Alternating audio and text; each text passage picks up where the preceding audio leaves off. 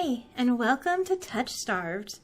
We're going to be playing the demo of this game because it popped up on my feed and it was like, hey, do you want to make some bad choices with some extremely attractive gentlemen? And I'm like, yeah, I do. I'm going to link the trailer because the trailer is kind of amazing.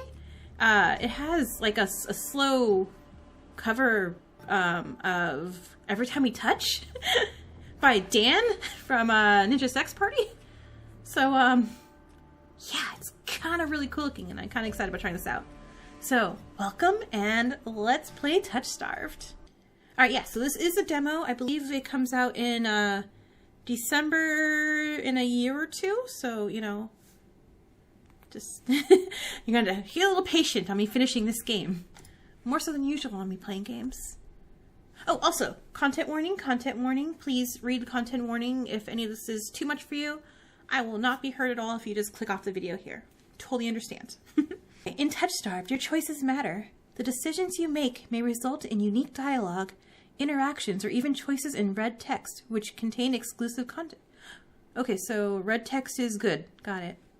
Maybe. Try playing through a demo more than once and choosing different options. You might even uncover a secret ending. And remember, there are no wrong choices, only interesting ones. I assure you, I will absolutely find a wrong choice and make it. But, okay, choose it. Hey, yay. Okay, hi, I am Dex. Nice to meet ya. Oh, nice. Choose your pronouns. Alright, I am she, her, but let's do a he, him, because I wanna. This world began to unravel long before you were born. It began with fogfall. Spectral mist bled from the seams where reality wore so thin it split. And from that fog emerged monsters, inhuman beings with unnatural powers. Some possessed language and intellect, others were mindless beasts driven by little more than the desire to slaughter. As cities fell and unrest spread, humans united in their fear, while monsters thrived in the chaos. And then there's you.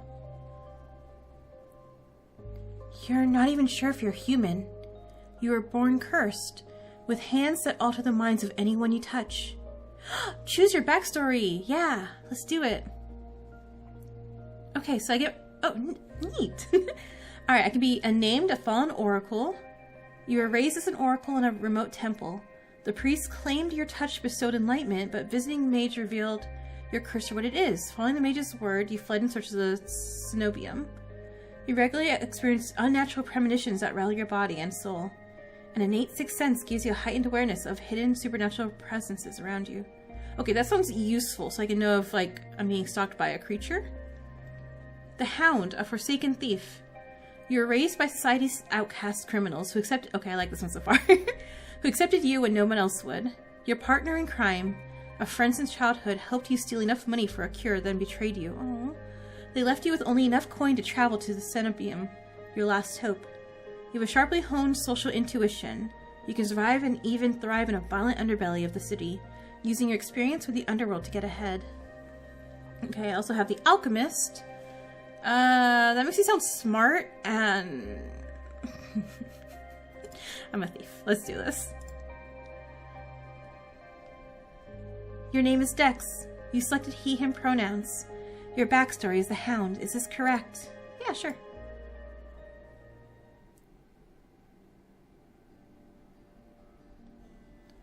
The wasteland stretches as far as the eye can see. There's nothing out there but death, the ever-present stench of decay, and countless sun-bleached bones cast like seeds across the barren land. I could say death doesn't scare me, but to tell the truth, I'm desperate. It's been 2 weeks since I joined a caravan bound across the wastes. Finding a group that would accept me was a trial in itself. As rations grew sparse and my canteen ran dry, I began to despair. But then I saw it. Music is really nice, too. I'm really liking this.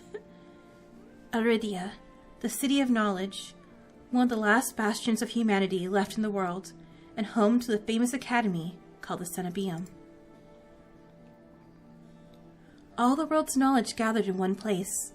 If there's anywhere I'll find a cure for my curse, it's here. All that stands between me and a cure is a final stretch of salt-soaked wastes. Or so I think until I see the first tendrils of fog snaking beneath the wagon. Is this fogfall? My stomach sinks at the very whisper of it. A silent storm more devastating than fire. Dangerous in cities, but a death sentence beyond them. A thick blanket of fog engulfs us, smothering out the lantern's light. The wagon lurches to a stop. An eerie silence, heavy as the mist, falls over us. The only warning we get is a strangled scream. Stay back! No! The cry dissolves into wet gurgling. Then the wagon violently pitches to the side. I hit the ground hard, the air punched from my lungs. When I open my eyes, adrenaline lends sudden. Awful clarity to the carnage around me. A trader I once shared bread with lies face down in the mud, their back reduced to long strings of torn muscle, gleaming gristle, and exposed bone. Bodies litter the wasteland. Ooh. I try to rise, but my ankle explodes with pain so blinding, white blooms across my vision. Only when my eyes adjust do I see the dark shape in front of me. A soulless stoops over the twisted form of the Caravaner. A soulless stoops over the twisted form. I freeze, but it swivels its head. A dozen bulging eyes twitch in my direction and blink as one. The soulless lets out an ear-splitting shriek and runs at me. But right before it reaches me, the beast barrels past, vanishing into the mist. Distantly, a horse screams in the dark. I need to move now. Well, my wagon seems a little, not good, right? So, sitting? I take off, running deeper into the haze. The fog is so thick that I fear I'm headed in the wrong direction, until I see a dim pinprick of light emanating from the shadow of a spire. It's faint, but it's enough. I came too far to die here. Rapid footsteps echo all around me. I turn in circles, frantically searching the opaque mist for the source, but the fogfall twists and stretches sound. Suddenly, the caravan's driver bursts forth from the fog. Our eyes meet too late. He slams into me, knocking me to the ground, and slips in a patch of mud. The soulless falls on him, and as soon as he slows, it catches the driver by his throat and rakes his stomach with sharp razor claws. He comes apart like wet paper, spilling intestines and viscera into a steaming tide. Fighting the urge to heave, I claw frantically through the slippery muck for a handhold. Shh! My hand catches on the jagged edge of the rib jutting up from the water. Bandages unfurl around the gouge, torn deep into my palm. The pain's quickly forgotten when a hand closes around my wrist. Can you stand? One of the travelers from the caravan leans over me. We need to run. They reach for my hand and I realize too late that my bandages have come undone. Wait, no! Don't touch me! The sensation of their thumb brushing the back of my hand sends a shiver down my spine. All it takes is one touch, and in the space of a breath, my curse takes hold. Oh, we broke him. Their lips peel back into a deranged grin. No. I've seen this face countless times before. This is my curse. Madness of my own making. The grip of my hand tightens until pain radiates from my knuckles. Let me go. Suddenly, clammy hands crush my throat, choking off my breath. Die, die, die, die, die, die, die. Spit bubbles at the corners of their mouth and flecks my face. The edges of my vision darken as my lungs scream for air. Well, I'm gonna fight, because, I feel bad, but you're trying to murder me, right? My nails gouge deep into the traveler's wrist, but no matter how much blood I draw, they don't flinch. The more I struggle, the tighter their grip grows. My pulse hammers in my ears, slowing with each thudding beat. This can't be happening. I'm gonna die. And not because of the fogfall or the soulless, but because of my own curse. Tears sting my eyes. No. No, no, no, not here. Not like this. The hands drop from my neck, leaving me wheezing for air. My lungs burn with each ragged cough. My vision clears and the traveler's face takes shape, hovering inches from mine. Lips still split in that macabre smile, even as blood seeps between their teeth. They give one last shuddering breath, then slump over the claws hooked through their stomach. The soulless shoves the body aside, and the glowing eyes studying its leathery skin thin as though grinning. There's a flash of claws. Red spills across my vision. I thought there'd be pain, but as I sink into the murky water, all I can feel is the grit of silt filling my mouth and the icy embrace of shallow water. Distantly, I notice an arm resting among an outcrop of reeds, mine neatly severed at the elbow. It should have taken both arms. Without them, maybe I could have survived. Maybe I could have had a home. Instead, I'll die cold, alone, and face down in a desolate wasteland. A fitting end for a monstrosity like me. Hold on, I really didn't. I know I joke that I'm terrible at these, but I really didn't mess up that bad, right? If this is death, it's not as bad as I feared. The cold is gone, as is the choking stench of bog water. I could drift forever, cocooned in oblivion, until all thought and sensation vanished. No curse, nobody howling at me in the madness and terror, nothing at all. The thought has a terrible appeal to it. But the next moment I take a reflective breath. Air pours into my lungs, then out again in a ragged gasp. Nyeh. Feeling comes flooding back, warm cloth on my bare skin, a firm surface underneath me, a strange tang of sulfur in the air. Do not be afraid. Hey. Oh, hi. I twist my head toward the voice. Tears flood my blurry vision at the bright glow of a lamplight. Try not to move. The voice is calm, steady, and commanding, but more importantly, it's a stranger's voice. One thought cuts through my mental fog. I have no idea who this is, and I'm completely at their mercy. Stay away! My words come out in a little more than a creaky whisper. I clamp my mouth shut, hating how weak and helpless I sound. No. No? Who the hell is this? I'm gonna sit up. Oh, let me see here. I manage to push myself up on one elbow, but my head swims and my surroundings give an alarming lurch. A stubborn patient. I don't have the strength to dignify that with a response. Instead, I pull the sheet up higher and wipe my eyes until my vision clears.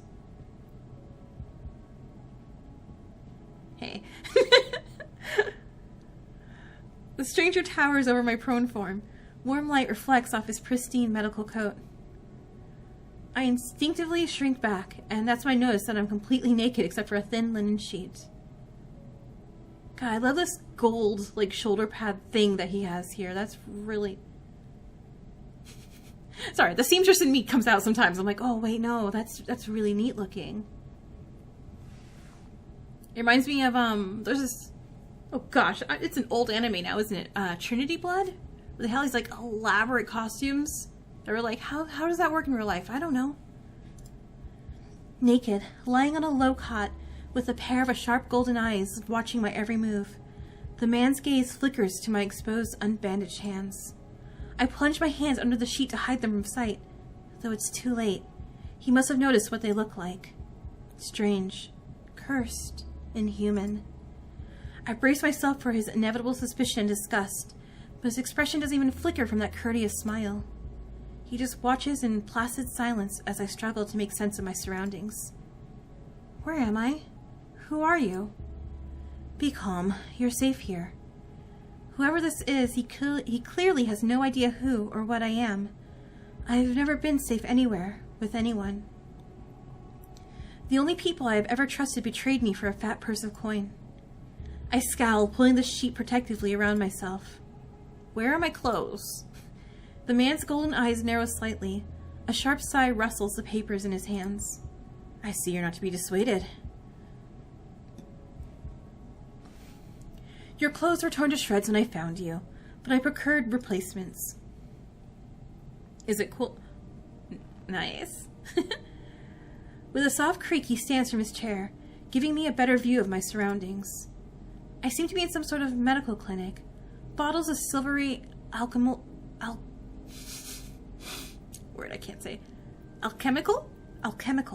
Bottles of silvery alchemical concoctions line the counters in neat rows. The air makes my nose twitch. A faint whiff of smoke and something distinctly metallic that I can't quite place. The doctor produces a large, dense bundle of cloth, which he sets at the foot of my cot. He's easily a head taller than most, and I have to crane my neck to look at him.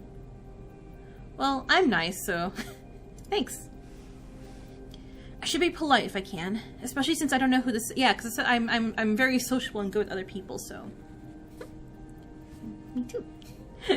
Especially since I don't know who this is, what he can do, or what he wants with me. Thank you.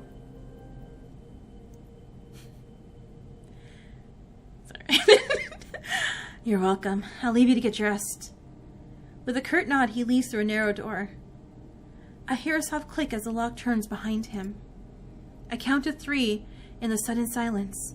When I don't hear any more footsteps, I reach for the bundle of clothes. An itch on my elbow stops me short. I reach down absently to rub at it, then freeze when my fingers meet a neat line of stitches. So we can sew, that's nice. I know what I saw. That beast took my arm clear off. And yet, my arm shows no sign of injury apart from the black stitches poking through my skin. I gingerly flex my fingers, feeling my heart race with the sensation. This is impossible. I should be dead, or at the very least gasping out my last breaths. I squeeze my eyes shut, waiting for the pleasant dream to unravel, to wake up bleeding out in the swamp. But nothing happens. The seconds tick by, and my arm remains resolutely healed. My surroundings pristine and quiet. In numb disbelief, I reach for replacement clothes and begin stiffly pulling them on. They're thicker and warmer than mine, with a black woolen cloak to go with them. But there's one thing missing: my bandages. The golden-eyed man didn't leave me with any, even though I know he saw my hands. I slide off the bed and take a few unsteady steps toward one of the drawers. If this is indeed a doctor's clinic, there must be bandages somewhere. I start opening drawers at random, and of course, that's when the door swings open once more. Are you looking for something? I whirl around, clutching a thick roll of clean bandages. I try to step back from him, but my legs bump up against the edge of the cot. Your caution is understandable, though if I meant you any harm, you would know. That doesn't make me feel better in the slightest, but he makes no move towards me, so I quickly wind the bandages around my arms. The glowing scars and mottled skin disappear under a layer of clean white cotton. May I ask why you needed additional bandages? I clench my jaw. I knew it would only be a matter of time before he asked about my hands. Though the way he does, it is strangely roundabout. Well, apparently I'm not going to tell him. So let's just say nothing. That's a polite way of not saying it, I guess. There's no answer I could give without raising unwelcome suspicion, so I just shake my head and finish tying the bandages in silence. I can only help you if you tell me what ails you. An involuntary storm of laughter escapes me. Where would I even begin? Would he even believe me if I told him? No. Best to keep my curse to myself for now, and learn more about him first. So who are you? You may call me Kuros. And where am I exactly? Eridia, which I assume was your caravan's destination. I can think of nowhere else for a group of travelers to go. Eridia. So, I made it to a city of knowledge after all. I should feel relieved, but all I can manage is a vague sense of increasing unease. So, how did I end up here? I brought you to my clinic, of course. You were the only survivor from the caravan, barely clinging to life. You needed immediate treatment. Which he provided? Yes. You have lovely eyelashes. He says it so simply, as if I'm a small child and he's explaining basic addition to me. I frown and flex the fingers on my recently healed arm. Aside from being a bit stiff, it feels fine, thoroughly attached to me. So, you're saying you stitched my arm back on? Pardon? A Solus attacked the caravan. It ripped everyone to shreds. It tore my arm clean off. But when I woke up here, I trail off, bewildered. I've never heard of any magic that could heal a mortal wound like that. What kind of person could do such a thing? The doctor, Kuros, pinches the bridge of his nose. He sits back down in his chair, quite quiet for a long time. I do not know where you are from, but Eridia is a city of knowledge and deadly secrets alike. Information is power, and it is most unwise to give or receive it freely. Since you refuse to divulge your secrets, I will not divulge mine. I do not even know your name. You are new to Eridia, so I will overlook the specific breach of etiquette. However, you should not expect others to extend the same courtesy. Do you understand? He looks pointedly at my freshly bandaged hands. Loath though I am to admit it, he has a point. I'm also a complete stranger to him, and if he's telling the truth, he saved my life. I take a deep, steadying breath. This time, when I speak, I sound a bit more like myself. Dex. My name is Dex. It's a pleasure to meet you, Dex. Hey. There's a little more warmth to his smile, his polite demeanor back in an instant. I'll thank him again, like, hey, thanks. Well, thank you for saving my life. I chance a smile in return. Even if he won't explain how he did the impossible, there's no doubt in my mind I'd be dead if not for Kuros. Think nothing of it. I'm not sure if he's being just excessively courteous, but his words only raise more urgent questions.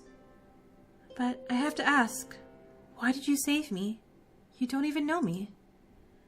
The question seems to startle Kuros. I couldn't leave you to die in the wastes. Assisting those in need is the very essence of a doctor's duty.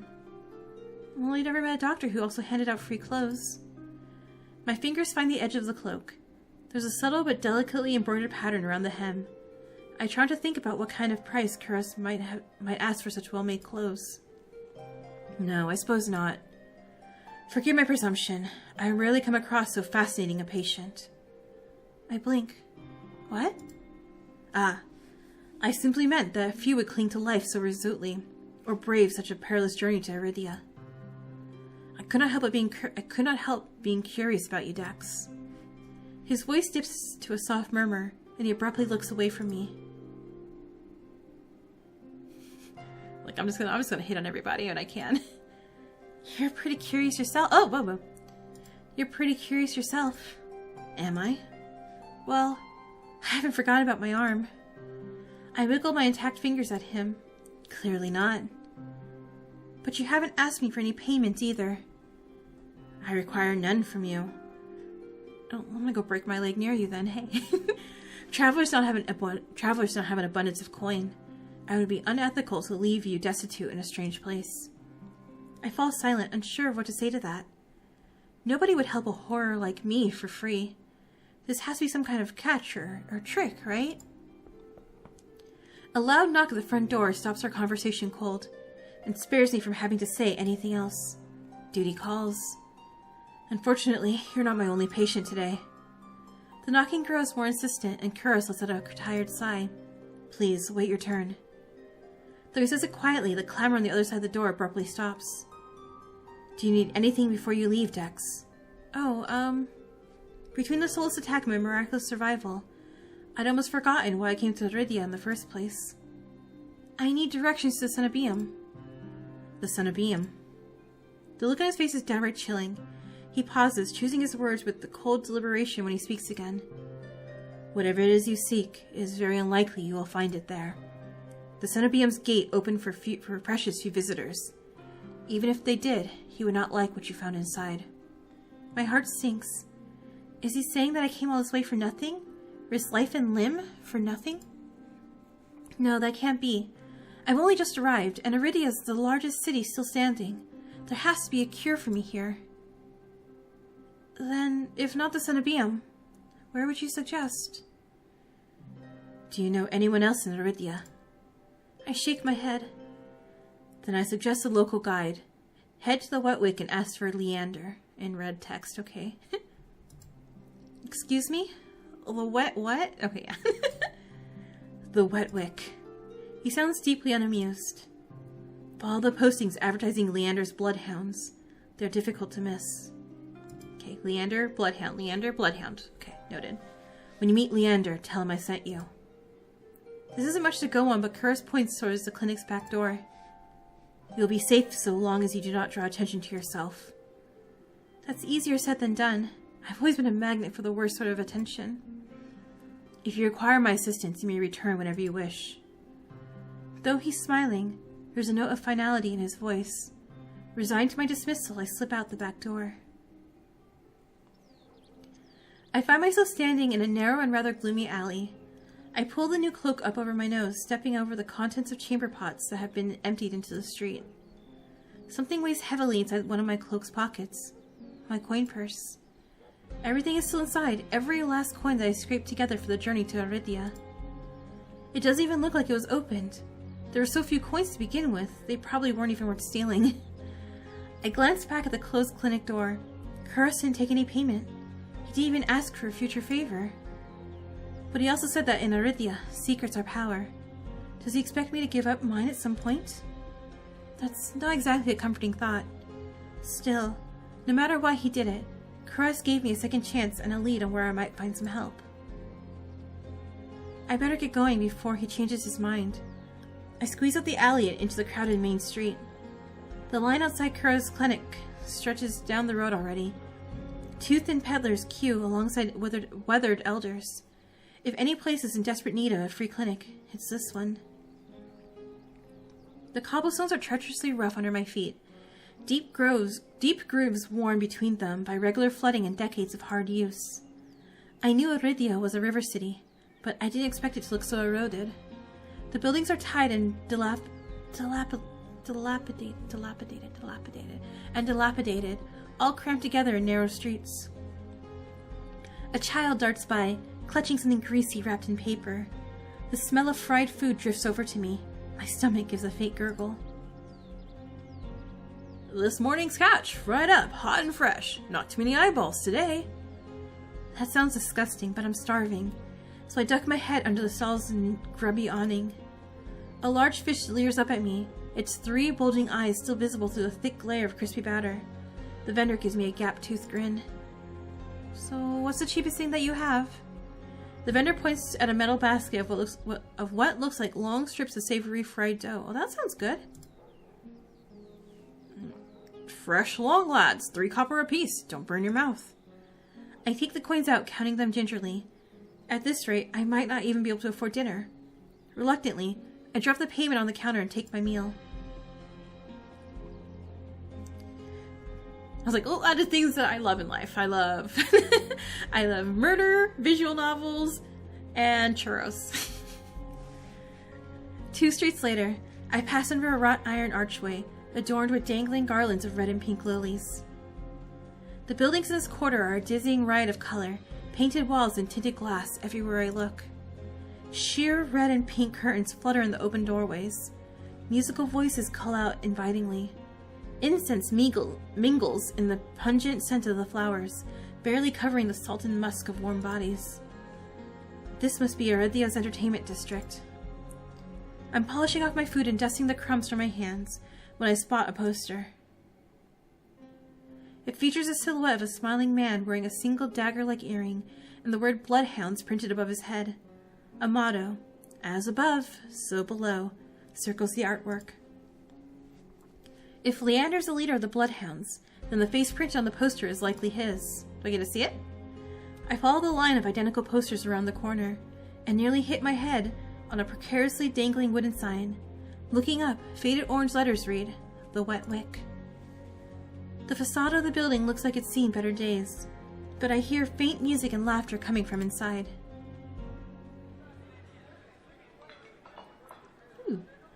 The inside of the bar is a far cry from the abandoned exterior.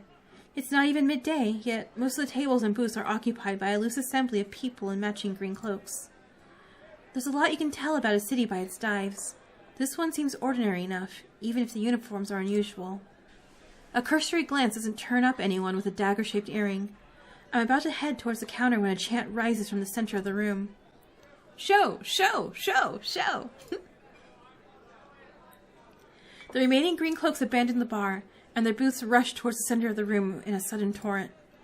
There's no time to move out the way. I'm caught, swept along with the ale-stench current. Hey! Rhythmic chanting drowns out my voice. I thrash, throwing out my elbows as the press of bodies grow heavier. My hip knocks into a table. I grip it, holding on tight to steady myself. But the crowd has stilled. The chanting has stopped. A pair of gilded boots stride across the tabletop. Seriously? You dogs again? Scattered laughter and cheers arise from the audience. I drag my eyes upwards. Okay, so far doctor first, but you have very pretty eyes. And that 90s haircut, you know, that was like the thing. A well-dressed man stands on the table in front of me, his broad shoulders framed by the thick lapels of a trench coat. This is really the last time, all right? This time, when he speaks, the audience falls silent, as though bewitched by his magnetic presence or rich, low voice. But nothing is as captivating as his smile.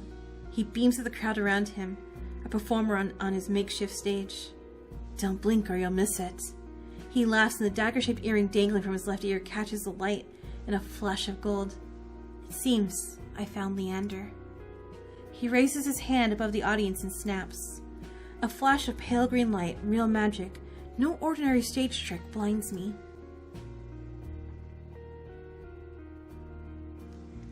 As the brilliance ebbs, my gaze refocuses on the mage towering above me. He flicks his wrist and the magic spiraling around him. That word. A delicate flower stem sprouts from between his pinched fingers. One by one, glowing lily petals spring forth. With a flourish, the mage presents the conjured flowers. The audience bursts into clapping and cheers. A genuine magic show was the last thing I expected from a place called the Wet Wick. Leander plucks the iridescent bouquet out of the air and turns in a slow circle, giving his audience a good luck. Now, who could use some good luck? I mean, me. Eager onlookers scoot closer to the table. Some reach for the lilies while others whistle and call Leander's name. But his cool green eyes slide right over them, locking on me instead. How about you? My chest tightens. Every person gathered turns to stare at me. Well, I mean, if I say no, everyone's gonna be really mad at me, right? It's polite. I'm polite, okay? I did attempt to murder a guy, but I'm polite. I reach out, all too aware of the way my fingers tremble as I carefully take the flowers from him. There's no weight to them, only a faint warmth that radiates from the stems. As soon as the flowers leave Leander's hand, their light dims. They fade away in a shower of opalescent light. To my surprise, Leander laughs under his breath. That's the problem with flowers. They don't last long, but they leave an impression, right? He grins at me and I find myself smiling back. Wait, hold on. I was like, the little CGI work. I'm like, nice, alright. But your sprite, sir, your sprite is very well done.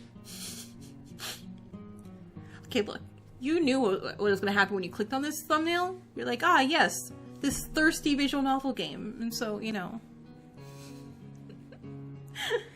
Leander steps off the table, dropping among the excited crowd with an audible clink.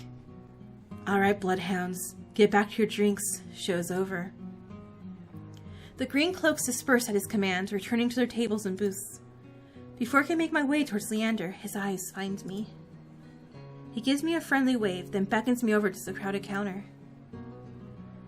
I manage to squeeze beside him, but there's so little room that his broad shoulder presses against mine. I tense, but he doesn't seem to mind at all. Is this your first time in Eridia? He says it lightly with a genuine air of curiosity. Do I really stick out that much? No, but I'm certain I'd remember seeing a face as lovely as yours around Lowtown. Hey. My eyes flicker in the polished countertop. I'm not used to flattery, and being this close makes my eye contact difficult. As if on cue, the bartender approaches us. What can I get you? Surprise me. Add anything my friend wants to my tab. Okay, french fries, please. I wasn't expecting this generosity, but I have to admit, I do feel a little thirsty. After all that fried dough. Look, he's offering. Right? I'll have what he's having. I'll have what he's having. While the bartender leaves to fix our drinks, Leander leans his elbow on the counter. I'm close enough to notice the purple shadows under his lower lid. Oh no, no, no. I love that. Like, one day, I'm gonna make in Sims, like, the ultimate, every guy I've said, every, like, fictional character I've said, like, yeah, I totally have a crush on this character. I'm gonna put them all in one. And see if I can make, like, the perfect crush character. And Bags in the Eyes is gonna be on there. There's too many. His eyes wander over me in return. But when they lock on my bandaged hands, a sour taste rises in my throat. Here come the questions. So, what brings you to the Wick? Kuros sent me. He pushes his hair back from his forehead, but it immediately falls back into place. So, it's about work. The bartender returns with a pair of glasses filled with what I can only assume is beer. I raise my glass and give it an experimental sniff. It smells faintly yeasty, but with an undercurrent I can't quite place. A quick sip confirms my worst suspicions. It's awful. Somehow briny and sour in a way that reminds me of pickles. But any thought of complaining dies the moment I look up and see Leander taking a deep swig from the glass. He lets out a satisfied breath. So, how can I be of assistance? I need to get to the Cenobium. As soon as the word Cenobium leaves my mouth, the entire bar falls silent. Bloodhounds twist around their seats to gawk openly. Finally, an especially drunk one speaks up.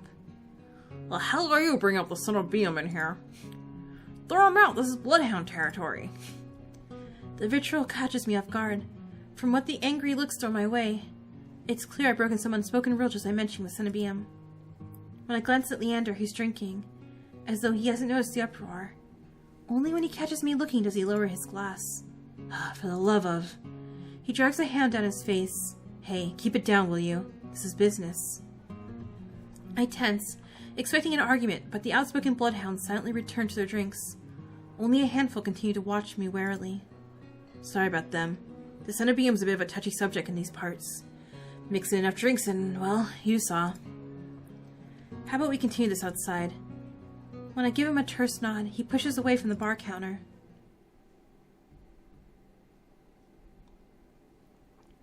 I follow Leander to an alleyway tucked behind the Wet Wick where layers of frayed bloodhounds posters have been plastered to the walls. Seeing them side by side, the resemblance between Leander and his likeness on his posters are impressive. Kuros didn't send you here for help with the Cenobium, did he? From the look he gives me, he already knows the answer. I glance away. No, he didn't. No, he didn't. He suggested I find an alternative. Yet here you are, asking about them anyway. What do you need the Cenobium for? I don't want to tell him about my curse. The less people who know about my capabilities, the better. Thankfully, Leander takes my reluctant silence as an answer. Well, I see you're already aware of the city's currency. Information is worth its weight in gold here. Kuros told you the truth. The Cenobium's dangerous. Get on their bad side and they'll imprison you if you're lucky, or torture you if you're not. But the Cenobium is supposed to be a place of learning, But the Cenobium is supposed to be a place of learning, a sanctuary. The Cenobium has always been heralded as the last bastion of human knowledge, a shining beacon of hope in the world steeped in nightmares. If any place held answers, it would be the Cenobium. That's why I came here. That's what they want you to think, but things that seem too good to be... That's what they want you to think, but things that seem too good to be true are often just that. Such is a simple statement, and yet it leaves me reeling. If it's true, if I staked everything on a lie, then what now? Leander clears his throat. But as I always say, there are solutions to every problem, and alternatives to every solution. He claps his hands and turns to me with a brilliant smile. That's why Kuros pointed you to the Bloodhounds. Let us help you. Whether it's hunting soulless, finding people, or recovering stolen valuables, we can do it all, and free of charge. I'm shaking my head before he's even finished with his practiced speech. My patience is wearing dangerously thin. Look, I appreciate the offer, but my problem can't be solved by a group of good Samaritans. To my chagrin, that word. Leander nods slowly. Then your problem must be fairly serious, and the cenobium is your first choice. You're searching for a magical solution, aren't you? When my eyes widen, he nods along, as though he suspected all along. I'd be happy to help you out, that is, if you tell me what ails you. Leander might not work for the cenobium, but he is a mage, and a powerful one, at that, if his demonstration earlier is any indication. I'm silent, plagued by indecision. I don't know if I can trust him, but it's not like I have any alternatives. I hate to admit it, but this could be my only path forward. Yeah, if I have a choice, I'm telling him. My confession comes out in a pained whisper. I'm cursed. Cursed? Oh, now I'm very curious. What kind of curse? Something ancestral or more recent? He looks at me up and down, taking in my face, my eyes, and finally my hands. It's your hands, isn't it? I wait until I'm certain my voice will remain steady before answering. My touch is dangerous. It changes people. It hurts them. Before I've even finished, Leander begins taking his glove off. He tugs his right hand free and flexes his fingers. So let's see it. He offers me his hand, and a prismatic flash of magic ripples across his palm, but I'm already shrinking backwards. I can't. I don't care how confident Leander is. I can't bring myself to hurt him, to see his kind face twist into a mask of madness. Believe me, this isn't an ordinary curse. I'll be fine. Perhaps where you came from, your affliction was strange and one of a kind. But spend a year in the city and you see 1,000 curses and thrice as many curses. Do you really think Kuros would send you here if I couldn't handle it? How should I know? I only met him today. I'm as good as any mage in the cenobium, better even. If they can help, so can I. I'm scared. What if I touch him and he does, like, goes blah. I don't want to hurt you. You're very pretty. You don't know what you're asking of me. I'm asking you to trust me. Because this is a horror game. I mean, as beautiful as the people are in this game, we can't forget this is horror. I look from Leander's outstretched hand to his confident smile. Then with a short breath, I begin... I say as if I'm not in a video game and not real life. Then, with a short breath, I begin unwinding the bandages from my hand. Okay. But if you lose control, don't say I didn't warn you. Sorry. I'm playing the Arcana on my phone on my own free time right now. And this whole like, oh man, yeah, if you want to tie me up to make you feel better, it's giving me like Julian vibes. With each joint I expose, I grow more and more uncertain as this is a terrible idea. Ready when you are. If he's bothered by the way my hand looks, he doesn't show it. My fingers hover shakily over his palm. 3, 2, 1. Touch him! I tap his palm once, as quickly as possible. It's barely more than a brush, but that's all it ever takes. When I look at his face, expecting to see the worst, Leander only grins. See? It can't be. This time, when I reach out to touch Leander's palm again, he catches my wrist before I can pull away. I told you. Okay, you're popping up on my list. You're jumping up above the doctor now, like... It's the blushing! I can't take the blushing! I told you, there's nothing to worry about. It's the blushing and the hand-holding, man. Make me a mixtape! Make me a mixtape and I'll marry you! He trails off when my thumb brushes against the soft skin of his inner wrist. I search Leander's face for traces of madness, but his eyes remain a clear, soft green. Color rises in his cheeks, but he remains still except for the subtle bobbing of his throat. Neither of us speak as I trace the contours of Leander's palm, lost in an awareness I wasn't prepared for. I've been with other people, kissed them, been embraced by them, and more, but not like this. My fingers, long deprived by years of bandaging, pick up every single detail, the grooves of his palm, the smooth shell of his nails, the pulse of his heart. For as long as I've lived, I've never been able to hold someone's hand, not without dire consequences. I've never realized what I was missing until this very moment. While Leander's pulse is steady, mine is hammering as fear gives way to excitement. Well, I mean, let's live a little. My hand glides over Leander's wrist and up his forearm where his smooth skin abruptly gives way to the raised scar by the edge of his sleeve. It matches the one that runs from his collar to his cheekbone. Could it be the same wound? I glance at Leander's face and his lips part as he considers his words before speaking. Am I the first person you've been able to touch like this? My hand goes still on his arm. Yeah, so far. I'll admit, your touch does make it somewhat difficult to stay level-headed, but not due to your power. He takes my hand, his soft green eyes flick to mine before he turns it to inspect the golden fissures crisscrossing my knuckles. Look, we match. He points at a golden pin on his coat collar, and I give him a small smile. I draw my hand back and take a steadying breath. My head feels as though it's stuffed with cotton. Habit alone guides me through the motions of rewrapping my hand, although my fingers tremble too much for the bandages to lay flat. I really can't believe that worked. May I ask your name? Yeah, it's Dex. You're right to hide this from me, Dex. That curse of yours, it's unlike anything I've ever dealt with. I can tell you're discreet, but you'd best not be showing off that to anyone else. And yeah, I didn't plan on it, obviously. Are you staying in Lowtown? I pause. Room and board is something I hadn't considered yet. I don't know. Let's get you properly settled then. The Wet Wick is noticeably quieter. Without their leader, most of the bloodhounds have dispersed, or in a few cases, fallen asleep beside their drinks. Got any rooms left, or did my lot grab them all to sleep it off? The bartender, who I now realize doubles as the innkeeper, slides a key onto the counter. You know, I always keep the corner room open for your escapades. Oh wait, no. I don't want to be an escapade. Leander's laugh sounds slightly strained. And I always appreciate it, but you're mistaken. This is just for my friend Dex. Sure. Stay as long as you like. You two have fun. Escapades? Huh? Leander clears his throat, then holds the key out to me. But I hesitate. My coin purse barely holds enough for a day's worth of meals, let alone a room. How much do I owe you? Nothing. Bloodhound rates. My treat since you shared your secret.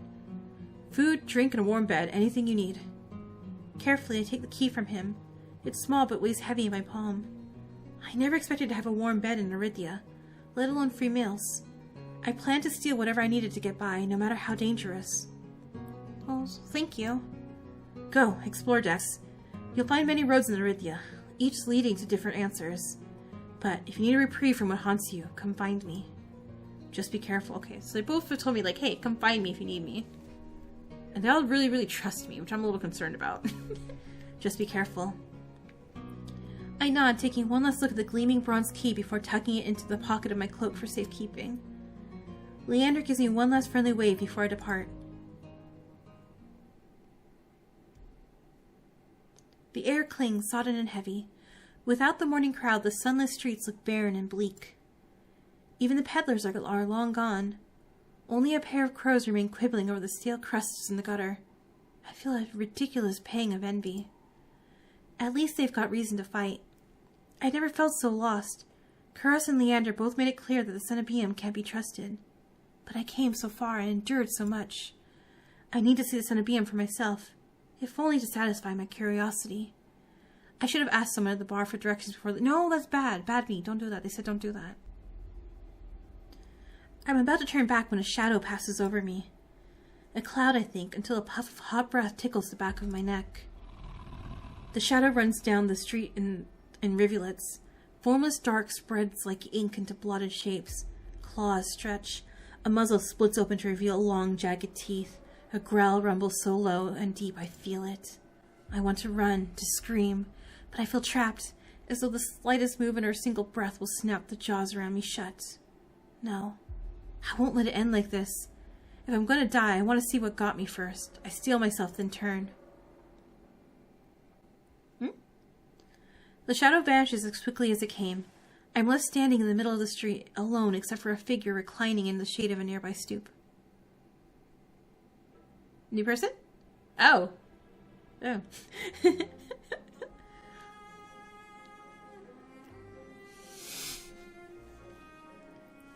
Okay. No. A monster. That much is clear from a glance. One that could nearly be mistaken for a human if not for the tufted ears and the tail curled around the ankle. or the dusk pink eyes of the pupils that sharpen like needles when they fall on me. Our eyes meet and the monster uncrosses his long legs.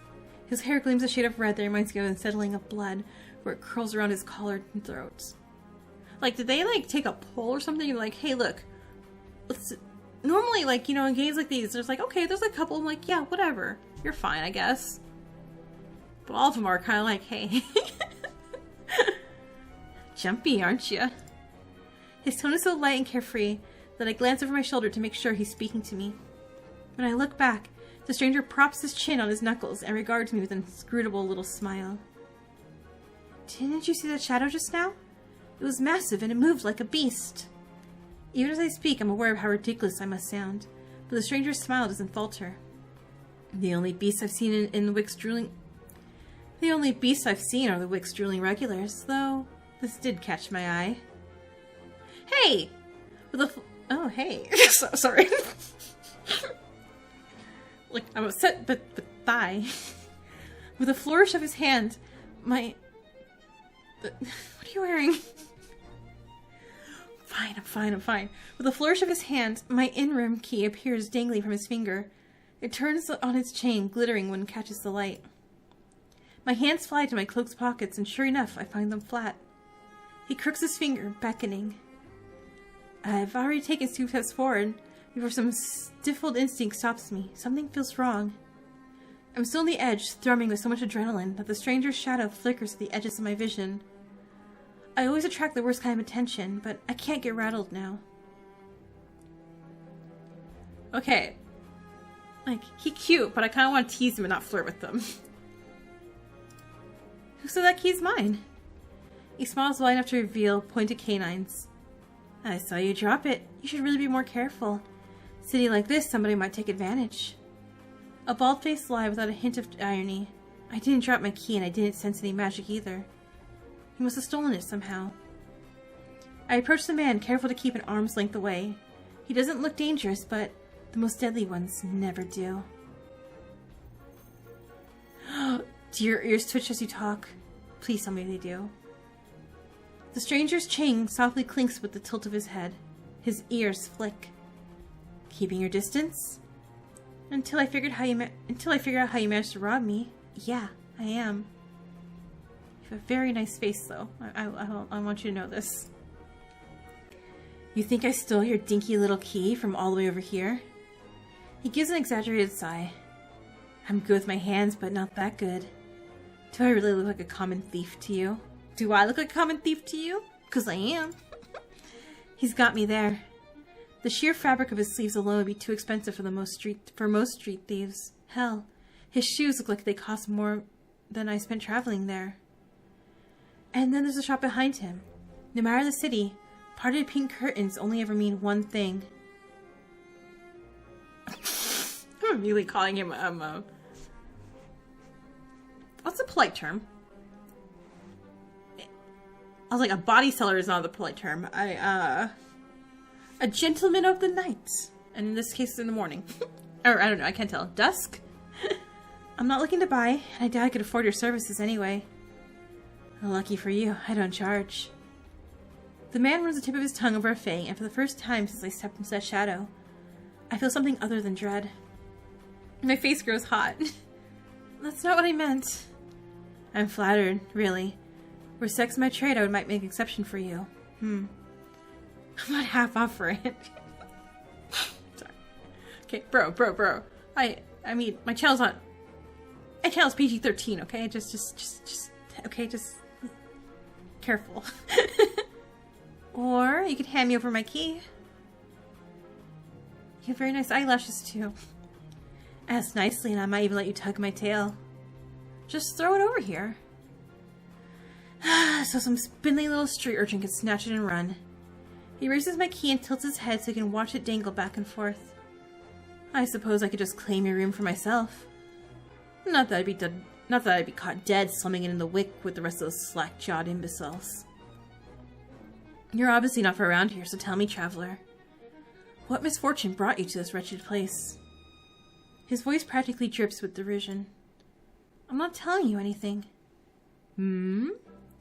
What could have possibly drawn you to this dreary little pig pen, I wonder?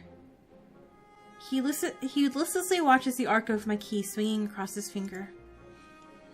The weather's shit, the food's dreck, and there's entirely too many monsters for a human to feel safe, unless... Dagger-sharp eyes flick towards me. They gleam with amusement. Unless you're just dying to consort with monsters. By now, my embarrassment has worn away, leaving simmering impatience in its place. If this is a shakedown, it's the most frustrating one I've ever experienced. Here's the thing. I like Leander more. I mean, the doctor... high on the tractor thing, but I didn't really talk to him that much since, you know, he had to go do work, whatever. Leander... high on the, like, look, we gotta touch his hand and we had a moment. But this is just a demo. It doesn't really count for my final playthrough, so let's flirt with everybody, right? How'd you know that I spent all my money, starved, and nearly died in a swamp, just so I could crawl into bed with the first thirsty monster I saw? There is me a burst of breathy laughter. He gazes at me under his dark lashes. Aren't you funny? Could you be any more obvious? I've been told subtlety's not my strength. So, your place or mine? I'd invite you if I had my key. Oh, if only I had my key. Then I might be able to invite you up. His languid gaze glides from me to the key in his hand and back.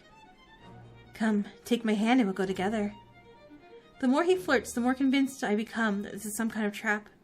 No matter how innocent monsters look, they always have tricks up their sleeves. And something tells me that this one is more dangerous than he lets on, even if he has a really lovely laugh. I don't know what you want or why you're messing with me, but I'm not coming any closer until I know you aren't going to attack or bite. I won't bite hard unless you beg me. No matter what I say, he finds a way to twist my words into innuendo. Even when I'm silent, he goes on as though we're having a conversation, not a standoff. Do you like dancing? There's a traveling troupe performing in Hightown tonight. Their ludus is utterly exquisite, truly a performance to die for. There's life in this dreadful place if you know where to look. You sound like you know the city well. The man's gaze flickers from me to the key dangling from his finger.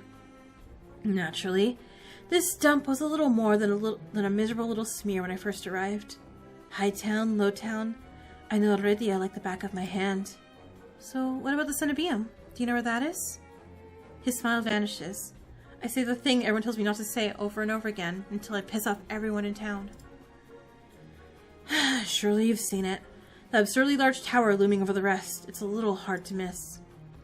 He must mean that spire I noticed when I first caught sight of Eridia. The Cenobium's overrated. Forget about it. I can show you things those stuffy boars in their limp-dick tower couldn't even dream of. Well, I've already got plans. Oh? Have you some pressing matters in the Cenobium? Lunch dates with librarians? Tea time to the most esteemed abbess? That's my business. What's the matter to you? I square my shoulders and the amusement bleeds out of him. Your loss. The stranger finally bored of this tedious game, extends his hands towards me. The key rests on his palm, neatly dividing skin and leather. When he makes no other move, I reach for the key, but as soon as my fingers graze smooth brass, his hand springs shut around my elbow. Hey! Hey. He yanks me down and I stagger, my soul slipping on the steps. For a sick moment, I fear my bandages will unravel under his touch, but he's careful not to disturb them, even as his fingers dig into my arm. I knew I smelled blood. You reek of death in the road. And that fecking doctor. I don't know if I'm on YouTube. It's been an hour. Can I say it? His voice, once silken, lowers to a smoky growl. The shadows around him seethe and boil as he pulls me closer. And something else. He murmurs against my throat, nose grazing my jaw. Let go of me. I try to twist away, but he doesn't budge. His breath trails down my neck, sending a thrill of dread through me. But just when I fear he'll bite, he takes a deep whiff instead. His wide, flat eyes gleam with naked hunger as he gazes up at me. Not quite human, not quite monster. Seems that we're both. Vere! The stranger's ears flatten and he releases me with a short breath. I yank my arm back, massaging it where his grip left grooves in the bandages. The stranger twists around to watch a woman duck out from the curtains behind him. Her pressed uniform bears the insignias of the Cenobium. I leave you for all of what? 10 minutes and you're making trouble again. Will you quit harassing the tourists? The stranger, Vere I take it, rolls his eyes and flashes the cleric a withering smile. So suspicious. Can't you see this is a friend of mine? A natural liar. He grins at me and his tail swishes minutely. The woman purses her lips at me, clearly unconvinced. I hope I'm about to correct him, but Vere cuts in. I was graciously offering my dear friend some free advice. Though his voice remains light and cheerful, his expression darkens. Danger is drawn to you like a moth to flame. It will always find you given time. The woman clucks her tongue as though she's heard this recital 102 times. Word of advice! Don't take free advice from lazy foxes lounging in the streets. Liz Crook will sell water to a drowning man for the sheer enjoyment of it. She shrugs off a wilting look from Vere. Oh, please. Any friend of yours knows it's true. Now hold still. Vere rises gracefully at her approach. He pushes his hair aside so it drapes over one shoulder, exposing the long line of his neck. And suddenly it dawns on me that the jingling I heard earlier wasn't coming from the harness attached to his collar, but a leash. A heavy iron chain wound around a hitching post and padlocked to the back of his collar. Aww. Then I posed deliberately to hide his leash from me. The woman produces a keyring from her pocket. She rifles through a dozen identical keys before selecting one and slotting it into the lock. Come on, unless your friend's tagging along to our merry little soulless hunt. They're hunting for soulless inside the city? Words momentarily fail me. Oh, The woman regards me with a polite, if tight smile before marching down the stairs. Vere lingers. He stretches his arms over his head with a yawn, and I try to stare at the way his stomach flattens when he arches his back. Your little secret's safe with me. Trying to get yourself killed, Vere hops off the stoop and bounds after the woman. His tail sways merrily, as though he hadn't just lied and threatened me. Did you try that thing I mentioned? The Levention nut? That the one where you take their fingers and... Don't tell me. Knowing you is disgusting. Vere's airy laughter echoes down the street. Did I get my key back? It's only after he and the cleric have vanished from sight that I realize I'm still missing something, yeah. Hey, wait! Reflexively, I shove my hands in my pockets and find it, the room key. I ease the key from my pocket and smooth my thumb over its teeth as I try to recall a touch, a tell, or any hint of Vere's sleight of hand, but I can't figure out how he did it. All I know for certain is that the Cenobium saw fit to leash him, a fate I could share, if that's what his vague warning meant.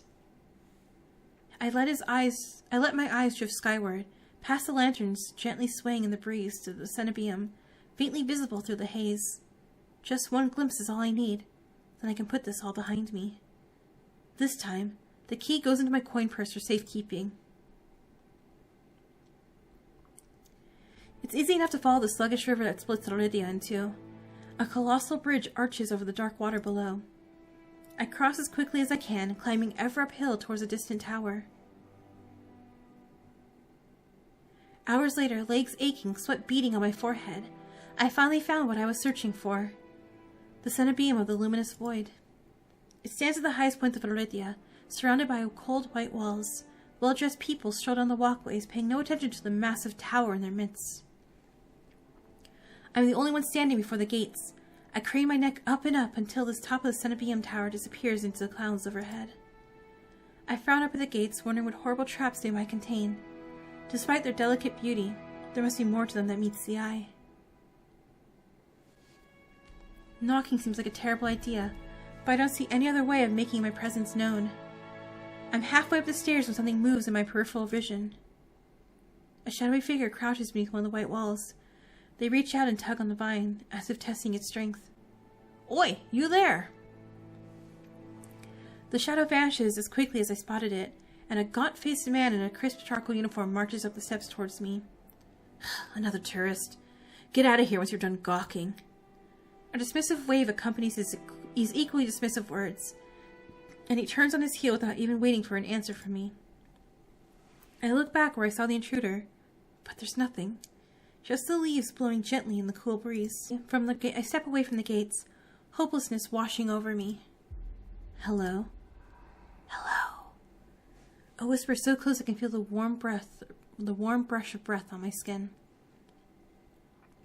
I instinctively jerk away, but there's no one beside me. Halfway down the staircase, I spot a woman swaying in the breeze. She's gaunt as a rail, her blouse moth-eaten. I'm unable to take my eyes off of her. Not because of the way she smiles a little too widely, or the way her tousled braids look unbrushed for days. God, I love the music so much in this game right now. But because her eyes shine a vibrant, unnatural crimson. I am both entranced and unsettled by their subtle glow. These days, you need a miracle to get in here. I'm unsure how to respond, or even if I should. I'm not saying sarcastically anything to her, so nothing. After the experience I just had, I'm not too keen on indulging strangers with small talk. Despite my silence, she maintains her unflinching stare and smile. Lucky for you, I have miracles for free. Whatever she's selling, I'm not interested. But words come out in a tired breath. No thanks. I start down the stairs, but she abruptly steps into my path. She turns her back to me, and before I can react, she slips her fingers under the lacing of her collar, stripping out of her blouse in broad daylight. What are you doing? As worn fabric unveils bare skin, my panic is smothered by a cold horror. A misshapen sunken scar carves into the woman's body. Pitted, gnarled skin snakes down her shoulders, blooming from a gaping hole in the back of her neck. A shuddering breath escapes me. Again, I don't know if YouTube's going. Whatever disease this woman had ate away from her from the inside out. How is she able to move or breathe? It's impossible. She shouldn't be alive, and yet... The power to cure anything can be yours too. The power of the sea spring. The woman slides back into her blouse and deftly laces it up. If I caught your interest, then follow me. It's only a short walk away. Without another glance, she leisurely strolls on the Cenobium stairs, loose braids bobbing behind her. The edge of her scar peeks out from under her collar. I stand there, wordless, until I manage to regain my bearings.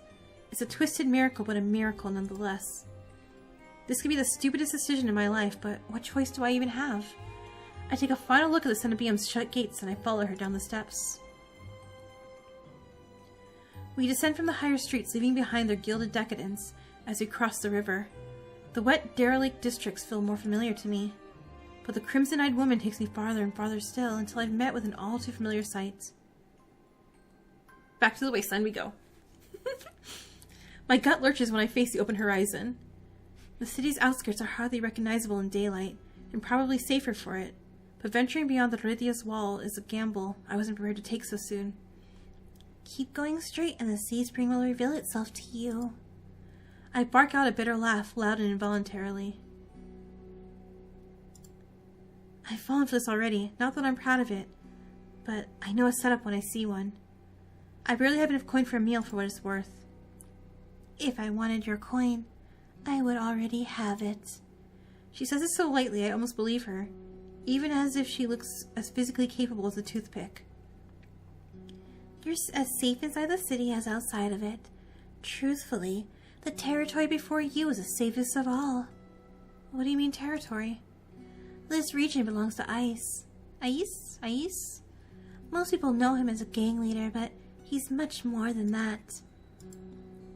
I squint against the empty wastelands. Only a fool or someone with nothing to lose would leave the city. Apparently I'm both. But if the sea spring cured her, I need to see what it can do for me. I set off into the wastes. Over my shoulder, the woman calls after me. Good luck, Dex. I hope we meet again. I didn't tell you my name. My heart pounds with each step I take from civilization. For what it seems like eternity, I force each foot forward. One step, then another, until a realization hits me. I never told that woman my name. Something pierces the horizon ahead of me. A building nestled into a tall cliffside, but so starkly out of place that it might as well be a hallucination. It drips with extravagance and honeyed mahogany, an ornate jewel of architecture. A row of dark silhouettes stand out in the horizon. Trees, I think? Until I'm close enough to realize that what I mistook for branches were spikes and jutting tendrils. Soulless. Several of them watch me in the distance like statues. I don't think, I just run. Exploding into a messy sprint, I push my legs as fast as they'll take me towards a decorated building. Flashes of last night chase me. The gushes of blood and screams of death. The smell of burning flesh and sour bile. I can't go through that again, I won't. The next thing I know, I'm dashing up wooden stairs and crashing through towering double doors. The things I do to meet hot people, right? I gasp for air, my lungs burning from exertion. I'm desperate to be safe, but when I process my surroundings, it's more hellscape than sanctuary. Yeah. Blood flows all around me, overwhelming my vision with a lurid, unholy red. Instinctively, my hand leaps to my mouth, but the rotten stench of blood never comes. Instead, a smoky scent hangs in the air, sharp and spiced. I swallow thickly, convincing myself that it's not as gruesome as it appears. This has to be the sea spring, the place that grants miracles. Pulling my eyes away from the pool, I take in the rest of my environment. Tall pillars flank me, blanketed in written notes. Seating pillows scatter the floor. A rustic kettle sits nearby. Someone must live here, despite how eerily empty it is. Let's ask. Hello? Is there anyone there? My voice echoes across the cavern without response. I approach the paper-covered pillars. Maybe something here can tell me more. I reach for... topmost. I reach for the note that's higher up. It reads, "No one will read this, but it's not for anyone else. This is evidence I existed in this rotten, grim world. Even so, I wish I could have stayed longer. The bog girl will be lonely without me. I should have told her how I... The rest is scratched out. I wonder who wrote this." Before I can ponder it further, a sharp chill runs down my spine. Something is watching me. I quickly set the note back, my eyes darting around the wooden deck, but it's still empty, vacant. Is it a mermaid? Is it a merman? Finally, I look towards the sea spring. That stillness hides something deeper, something wrong. Hey. I spin around and come face to face with a pack of soulless. They chitter and growl, tendrils and spikes flaring threateningly. All different sizes and species, but sharing one identical trait, glowing crimson eyes. Okay, so is the girl with the crimson eyes a soulless pretending to be human? I try to back away, but my heel teeters over the sea spring. I'm cornered.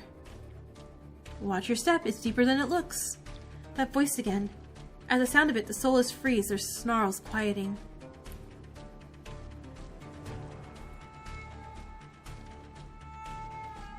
I search the voice's source and find it above me, lounging in the rafters. Okay, we'll see. We'll see. You look lost, little sparrow. His gaze is a violent crimson, one that sears through me, leaves me feeling raw and exposed. They're the same eyes I've seen over and over. First with the scarred woman, now with the soul is circling me, all bound by the sea spring's blood red. In the shrouded darkness behind him, shapes like massive tentacles twist and coil around the wooden beams. I can't focus.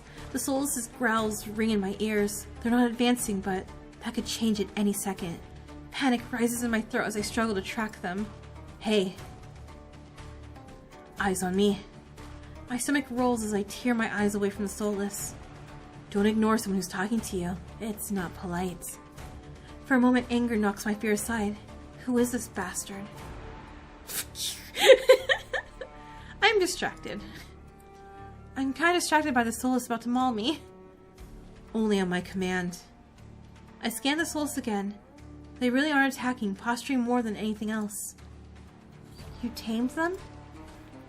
Power of the sea spring. They're hungry, so they might bite. You could give me a reason to stop them. How about I didn't do anything wrong? Trespassing. And that's punishable by death? He gives a non-committal shrug. I called out early to see if anyone was here. Were we supposed to play hide and seek? Didn't hear you. My voice stops in my throat. The man's terse coolness is both infuriating and terrifying.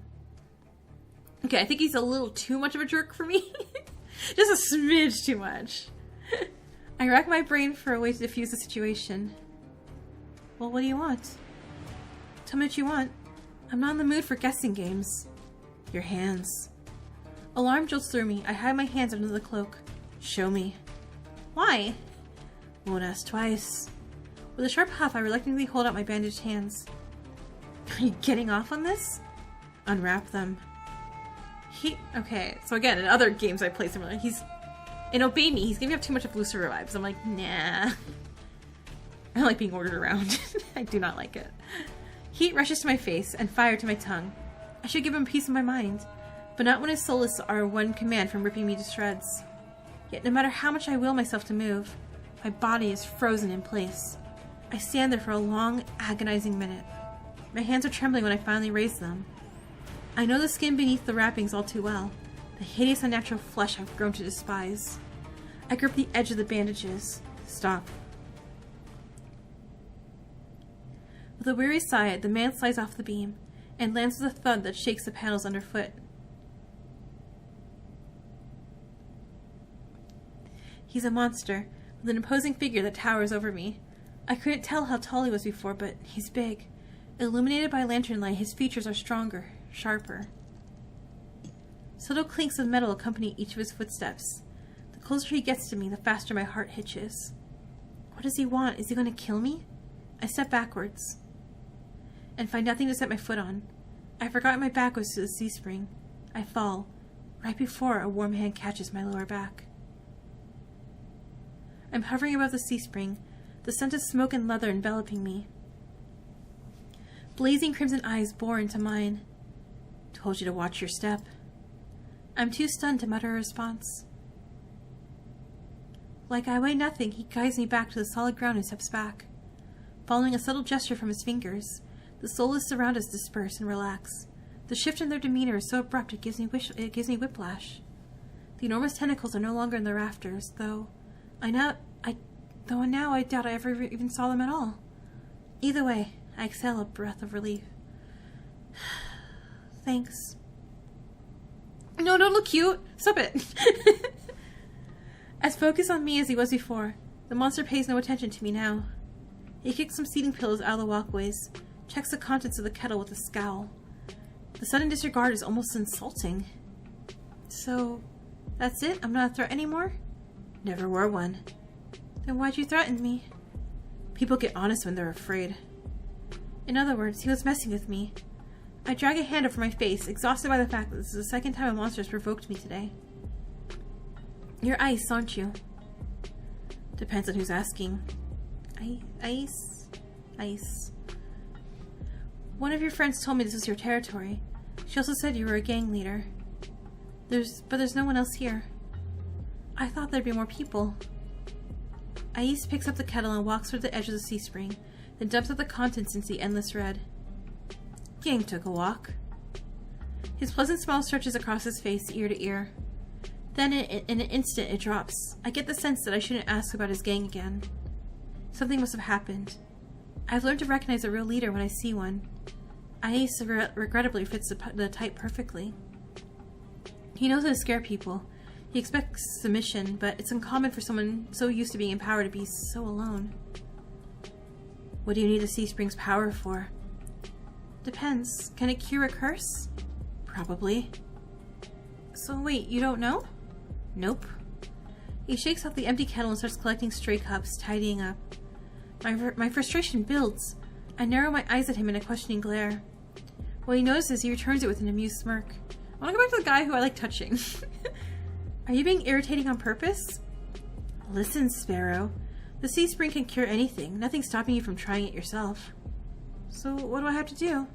Drink. I have to drink from the C-spring? My eyes glide to the blood-like pool beside us. The idea of ingesting the strange liquid makes my guts churn. Is there a price? Always. Ais taps his temple with a finger. You lose a little bit. Well, that's it? Might have already beat it to the punch. My humor earns me a amused fang grin. This is a little different. When you drink from the C-spring, you forget who you are. Your mind combines with everyone who's ever drank before. Humans, monsters, soulless. One big, happy family in your head. My blood runs cold. I've heard of these before. Group minds. I thought they were just rumors. I heard whispers of cults performing rituals to bind their members' minds together. It never seemed possible. But something tells me this is real, even if one thing doesn't add up. But your eyes are red too, and you haven't forgotten who you are. Before I can finish my sentence, Ice strides past me towards the entrance. Time's up. Let's finish this later. Wait, already? You barely told me anything. Came on a bad day. I got somewhere to be. There are still so many questions burning on the tip of my tongue, but my frustration spills out before any of them. I was told to come for help, but instead I get threatened and kicked out? You're joking, right? Watch your tone.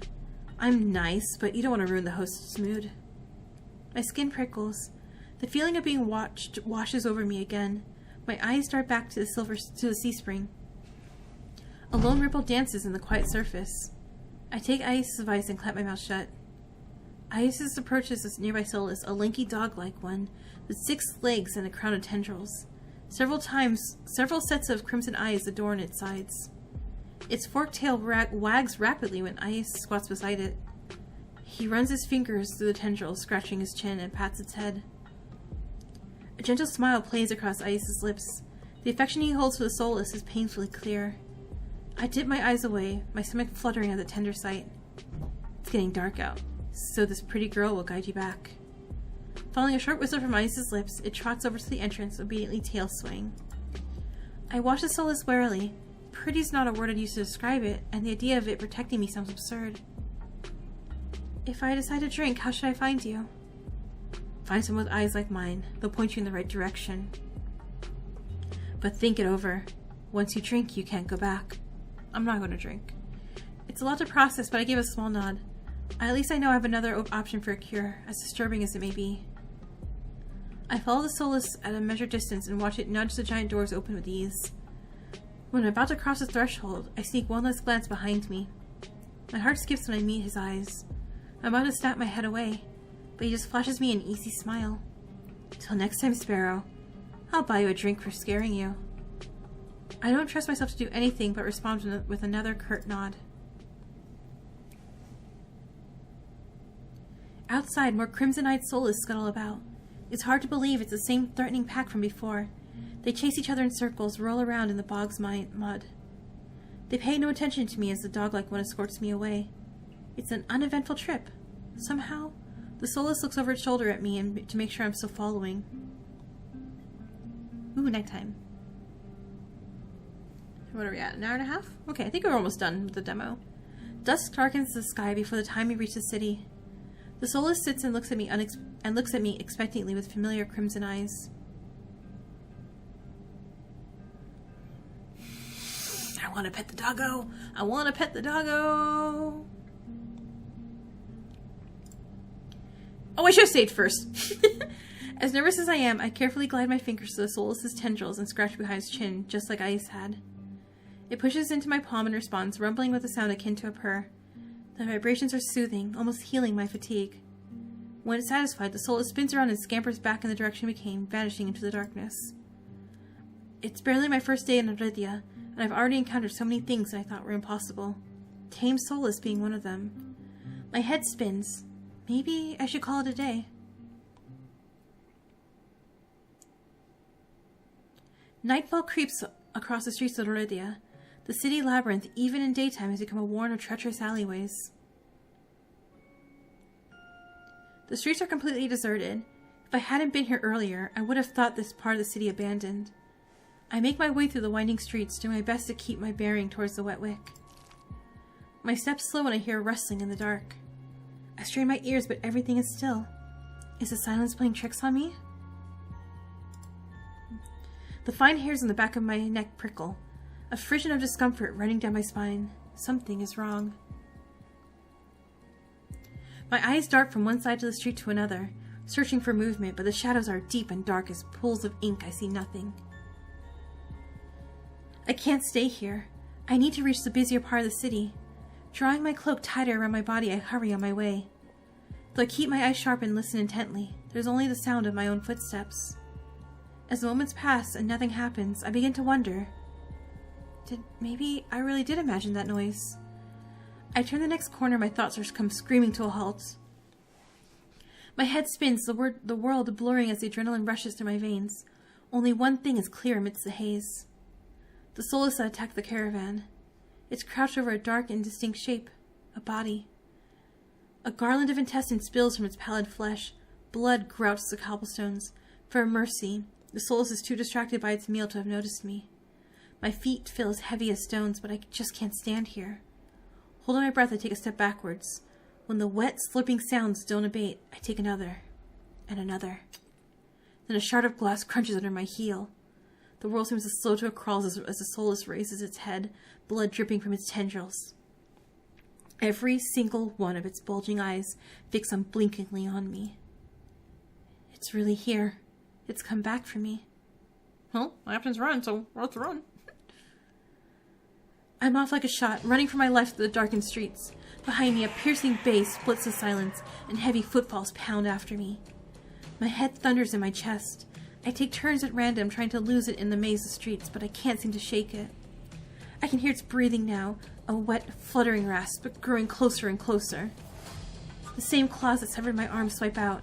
I duck, saved by pure reflex, and skid around a corner. I take 3 running strides before the bottom drops out of my stomach. A wall twice as high as me bars my way. A dead end. When I turn around, the soulless looms in the entry to the alleyway. There's no longer running. It's no longer running. It doesn't have to. As it prowls closer, my thoughts race.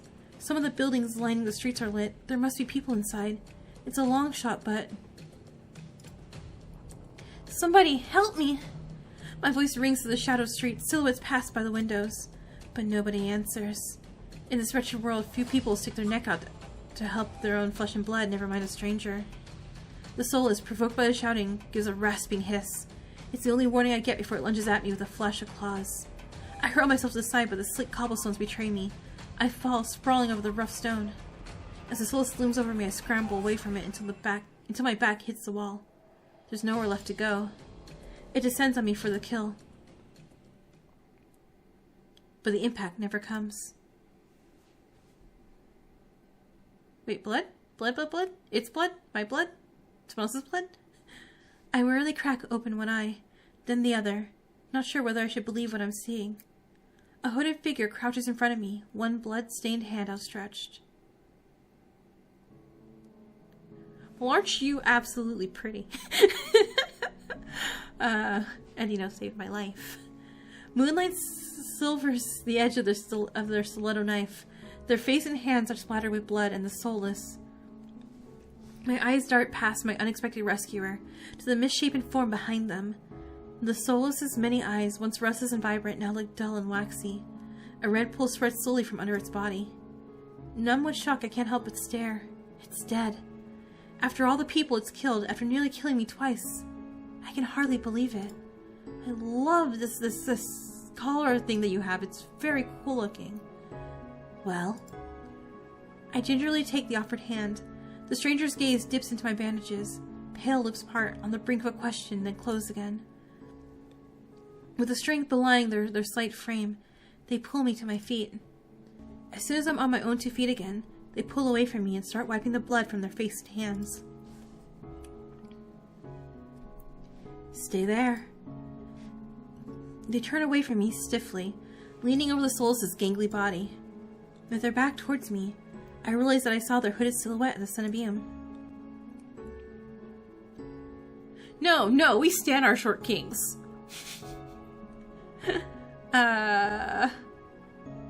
You saved me. You saved me. I shouldn't have had to. The harsh response takes me aback. Before I can formulate a response, they continue. What were you thinking, traveling alone at night? This is far from the worst thing haunting Lowtown. I can't make heads or tails of them. First they saved me, now they scold me. I know, that feels about right. Lesson learned. I could do without the lecture, though.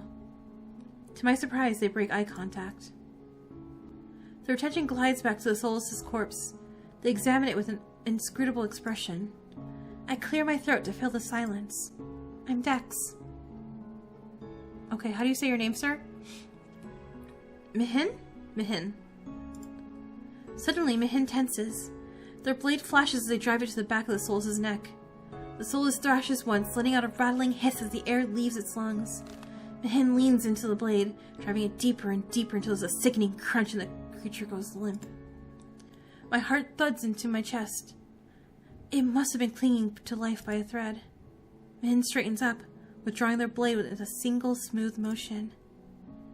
Better to put the wretched things like this out of their misery. They calmly clean the blood from their knife.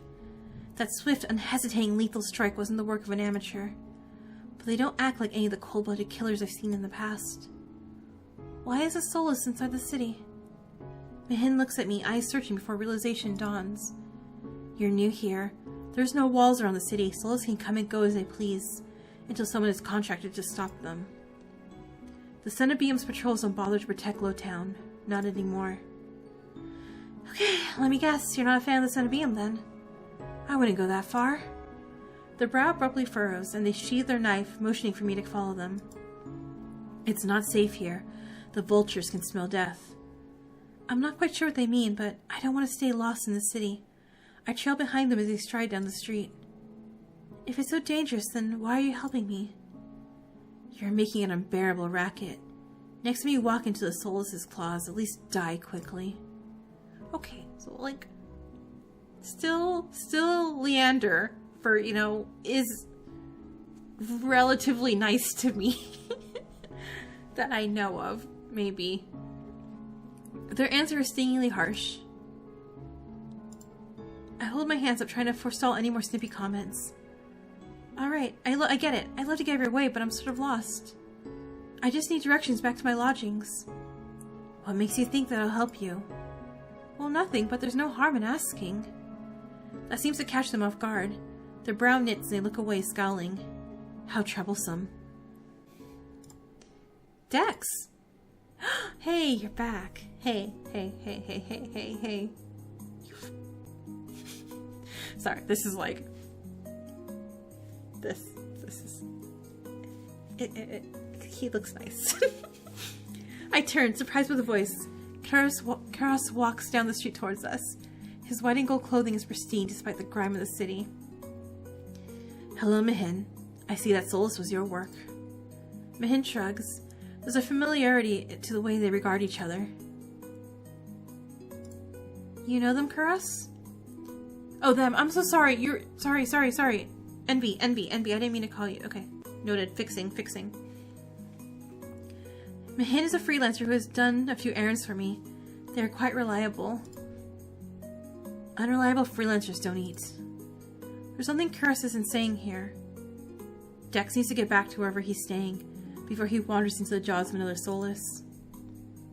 It's late. Are you able to find a place to stay, Dex? Yeah, I'm staying at the Wet Wick. Both their faces fall. I see. Would you like a guide? It might be preferable to wandering about alleyways. Yeah, that'd be lovely. Hold my hand. Oh no, hold my gloved, bandaged hand, please. Mihin clicks their tongue and sighs, sounding mightily put out. Going to the... Oh my gosh, what? Going to the Amaryllis district, that gaudy cesspit. Come, this way. Despite Mihin's clear distaste, when Kuros leads me down to the street, they keep pace with us. Catching my curious glance, Mihin's eyes narrow. It's not safe this late. I don't care about you, but Kuros is the only doctor worth a damn in this place. Are you like this with everyone? The deadpan look Mihin gives me is answer enough. I catch Kuros hiding a slight smile. I suppress a sigh and resign myself to having a grumpy shadow all the way back to the Wet Wick. The route Kuros takes is completely different from my slow meandering earlier in the morning. Wait, what do you call it? Okay. Like, again, I'm... What would you call a non-binary short person? What's a good name? Like a nice, like... Oh, I don't think uplifting. Does that sound rude? Comments, let me know. In no time at all, he cuts through the darkened streets and twisting alleys. It seems like half the city has poured into the Amaryllis district's colorful streets. Laughter, clinking glasses, and music assaults my ears from every direction. Yet the most noise comes from the Wet Wick. Its doors hang wide open, lanterns lit. God, you're so really pretty too. Here we are. He moves towards the door and Mihin lets out an audible huff. Don't tell me you're going in. I have some quick business with Leander. Fine. He still owes me for yesterday's work. They drag their feet, reluctantly trailing me into the tavern. Wait, if we throw in Foxboy, that's everybody, right? As soon as the doors open, a wave of... Oh no. Also, red-eyed demon man. As soon as the doors open, a wave of sticky heat rolls over me.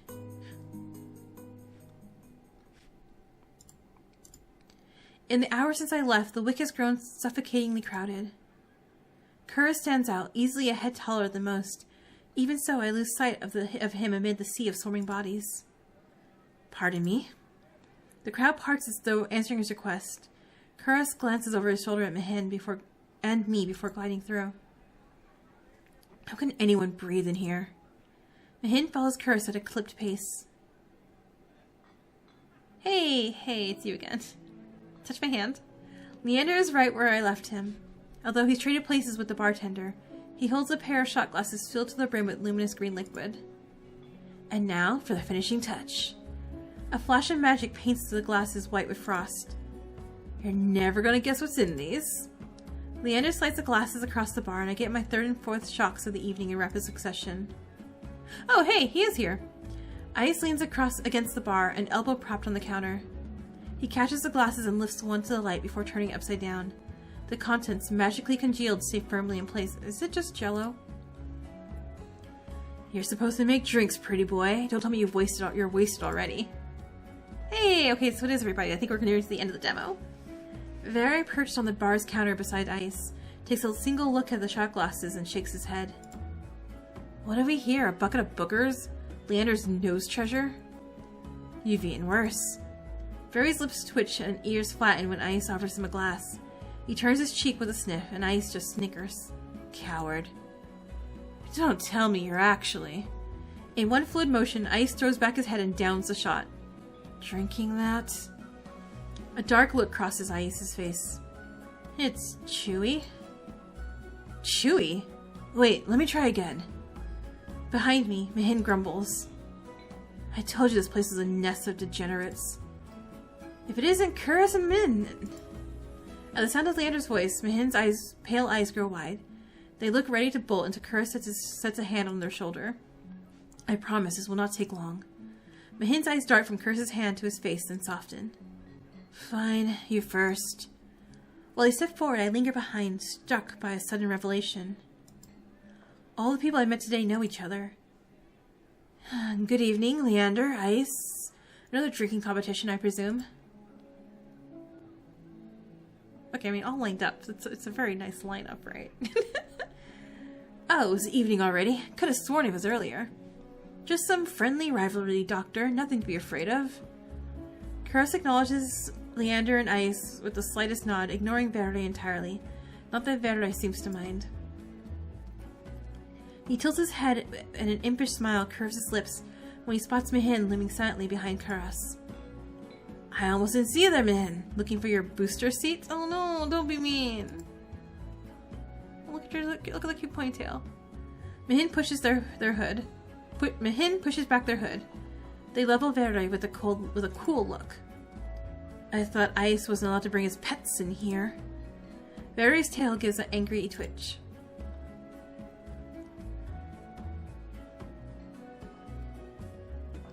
Okay, this is my 3. This is my 3. I'm gonna be in love with one of them by the end of this game when this game comes out. I know it. At the first sign of an impending fight, Leander vaults clear over the counter. He slides in between Ice and Kuros. Okay, you're definitely jumping up on the list too. Now, let's try and keep the peace. It's not every day the esteemed doctor takes us up on a drink. His arm snakes around Kuros' shoulder. You are finally taking me up on that drink, right, Kuros? Wait, do we both like him? Wait, do I have to fight him for him? Because I'm all for that too. I'm afraid not. We're merely escorting Dex back to his lodgings. Kuros gestures in my direction and my stomach sinks. I reluctantly step into the light. As soon as he sees me, Leander's face brightens. Dex, it's been too long. Everyone, this is Dex. He's new to Eridia. I feel 5 pairs of eyes fix into me, and suddenly the bar feels suffocatingly small. My voice nearly catches in my throat. Hi again? Hi everyone. Again? Again? Wait, you've already met everyone? Okay, but this is a nice picture too. Ais and Valerie level with me in a subtly amused expressions. Vary's tail gives a lazy twag. We did. Not that long ago either. I'm starting to suspect he's stalking me. He looks far too pleased with himself when I roll my eyes.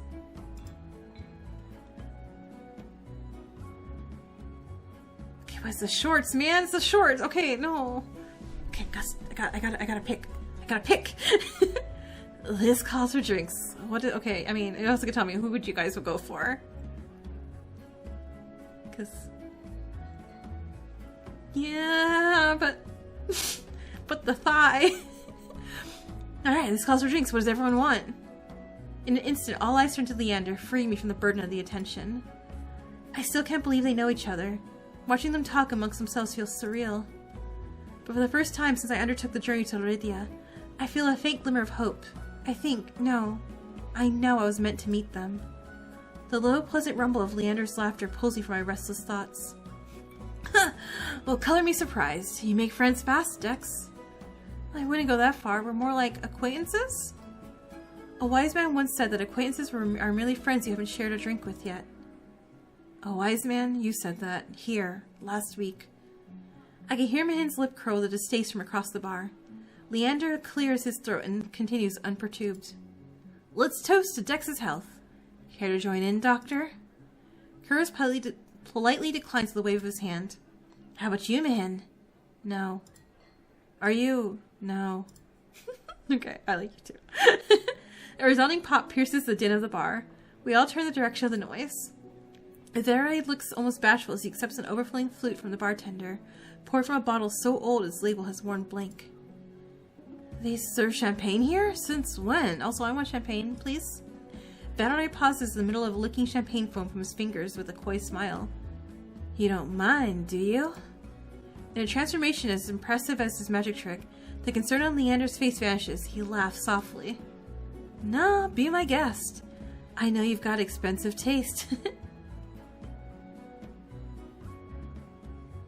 Do I have to fight you for him too? Okay, so I feel if I want him, I have to, you know, be his love rival. But if I want him, I have to be his love rival, it sounds like. Then he shoots the bartender a frantic look. Unbothered or uninterested in his company, Ice cants his head at me, a light smile on his lips. How about you, Sparrow? I did say I'd buy you a drink earlier. No, my treat. Ice regards Leander over the lip of his glass. In the dim light, the glint in his crimson eyes looks downright dangerous. What'll it be, Dex? Drink, please! I'll take you up on that drink, as long as it's not one of those green shots. Don't knock them till you tried them. They taste way better than they look. Somehow I doubt that, but I hold my tongue long enough for Leander to go behind the bar. He's lying, isn't he? When I glance at Ice, he only shrugs. Like I said, they were chewy. Probably poisoned. He considers his own drink, a tumbler of amber-colored whiskey. Leander's tried to kill me 12 times by now. It's always a gamble. Valerie clicks his tongue in disapproval. When he finally looks my way, it's with a half-lidded gaze softened by his third glass of champagne. Okay, but these two look really nice together. Like, I will not be surprised, like, when this game comes out and, like, people play it. These two, I feel like they're gonna get shipped. And these two are gonna get shipped. And these two are gonna get shipped. And maybe these two are gonna get shipped.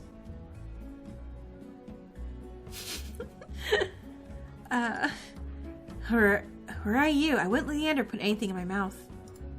He fans his fingers over his chest, voice dripping with fake reverence. The Wet Wick is one of the finest drinking establishments in all of Eridia. While you're here, you may as well partake in the signature watered-down drinks and stale nut leather. He sweeps his hand towards a chipped ceramic bowl filled with spindly speckled jerky. I can only assume it is nut leather? What is with the food in this city? As abysmal as you make it sound, this place is completely packed. It's not all that bad. Depending on the day, the food's edible. Ice takes a measured sip of his drink. Gotta stick around for the real attractions, though. Before I can ask what he means, Leander returns with a tumbler that he sets in front of me. Uneven chunks of ice bob in a pool of reddish-purple alcohol. I sniff the drink suspiciously. To my relief, This time, all I smell is the sharp, clear scent of gin with an undercurrent of fermented fruit. Relax. It's just a local specialty, plum gin. Although, if you're feeling more adventurous... I shake my head. Leander wraps his knuckles against the bar until the group falls silent. Alright everyone, let's toast. May Dex's stay in Eridia be full of bright adventures and discoveries. Cheers! Leander, Hais, and Ranoy raise their glasses in unison. Mihin only crosses her arms and Kuros watches with polite indifference. Oh, you didn't get a water? I tip back my drink.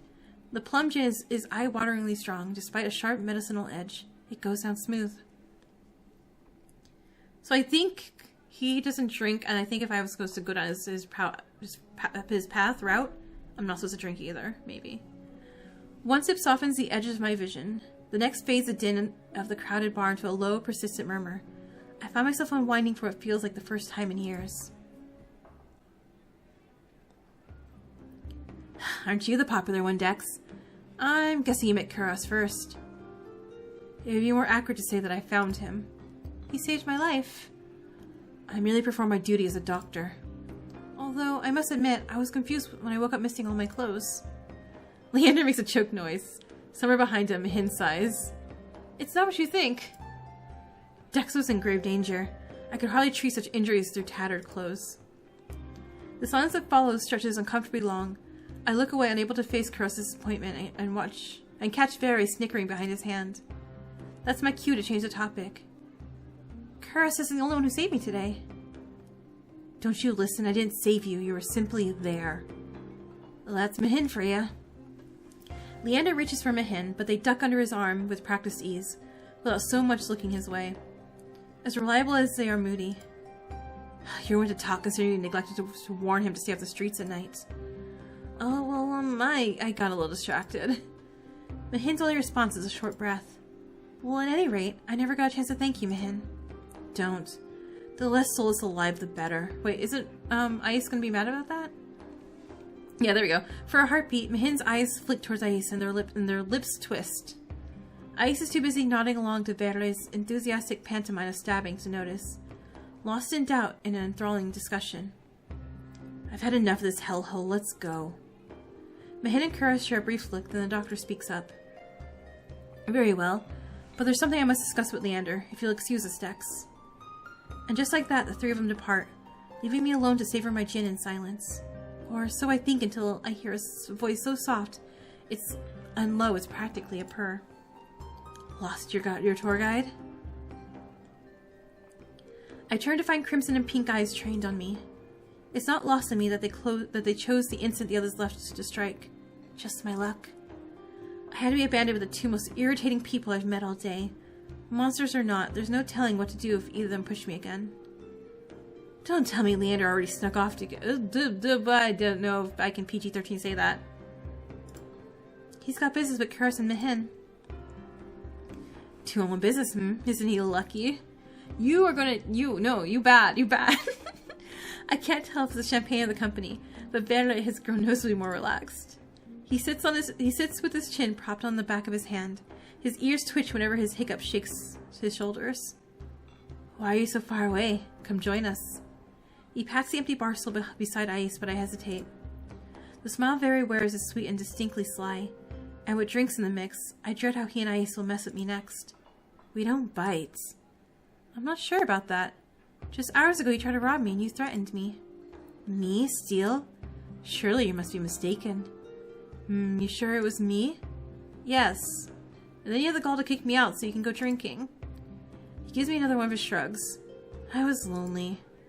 A simpler answer than I expected, but I guess I can't fault him for that. Verre suddenly slumps forward, gossamer sleeves pooling where he rests his elbows on his knees. Ice sets his hand down on Verre's waist, nearly preventing him from tipping off the counter. How about we start fresh, Speaking of proper introductions, get off the right foot and whatnot. I'll start. The name is Verre, hunter extraordinaire. Verre's right hand flutters to his chest, and he bows his head, flinching when his hair falls into his eyes. Ice doesn't say anything, so I suppose it's my turn now. It's Dex. Verre considers me for a long moment, his tail idly swaying behind him. Then he knocks back the rest of his champagne. It's a pleasure to formally meet you, Dex. He says my name slowly and deliberately, savoring every syllable. It's a syllable. Dex. Like, it's not a lot. A tingle jumps down my spine. I quickly turn my gaze away. Ice smirks my reaction over the rim of his glass. Is something funny? No. I open my mouth and close it just as quickly. They want me to react, goading me into another ridiculous game. While their sharp cat-like eyes keep me on edge, something about this tension is fun? It must be the gin. A flash of white over Ice's shoulder catches my eye. Across the bar, Kuros heads to the door. I don't see Leander or Mahin, but it feels wrong to let him leave without saying goodbye. I'll be right back. Verde hums and wags his fingers at me as I leave. I slip through the crowd, careful not to touch anyone, but just as I'm nearing Kuros...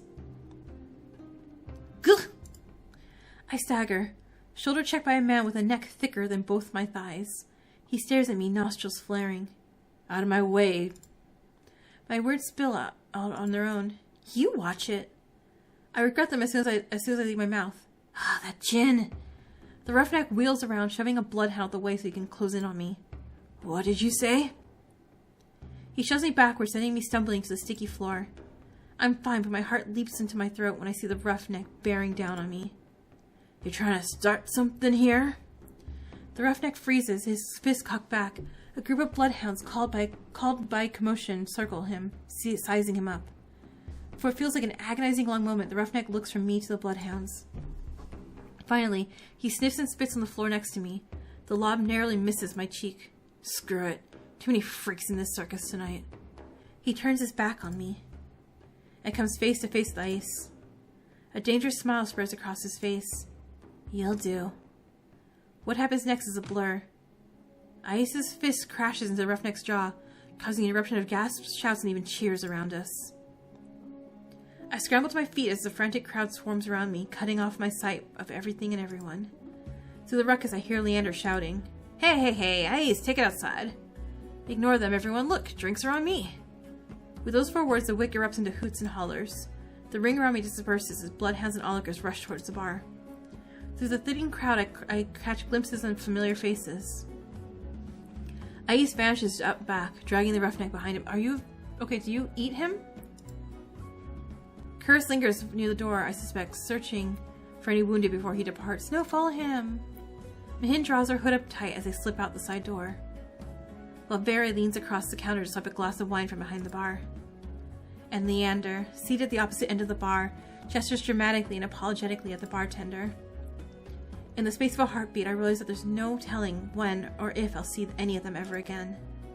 Whoever I pursue may be the last person I get to speak to tonight. I follow. Oh no! Who do I want? Okay, I don't think I did enough for Kuros. I think I drank too much, and he's not going to appreciate that or like that. For the second time today, I find myself squeezing through a crowd to reach Leander. As soon as he sees me, his easy smile fades. Oh wait, no? Are you alright, Dex?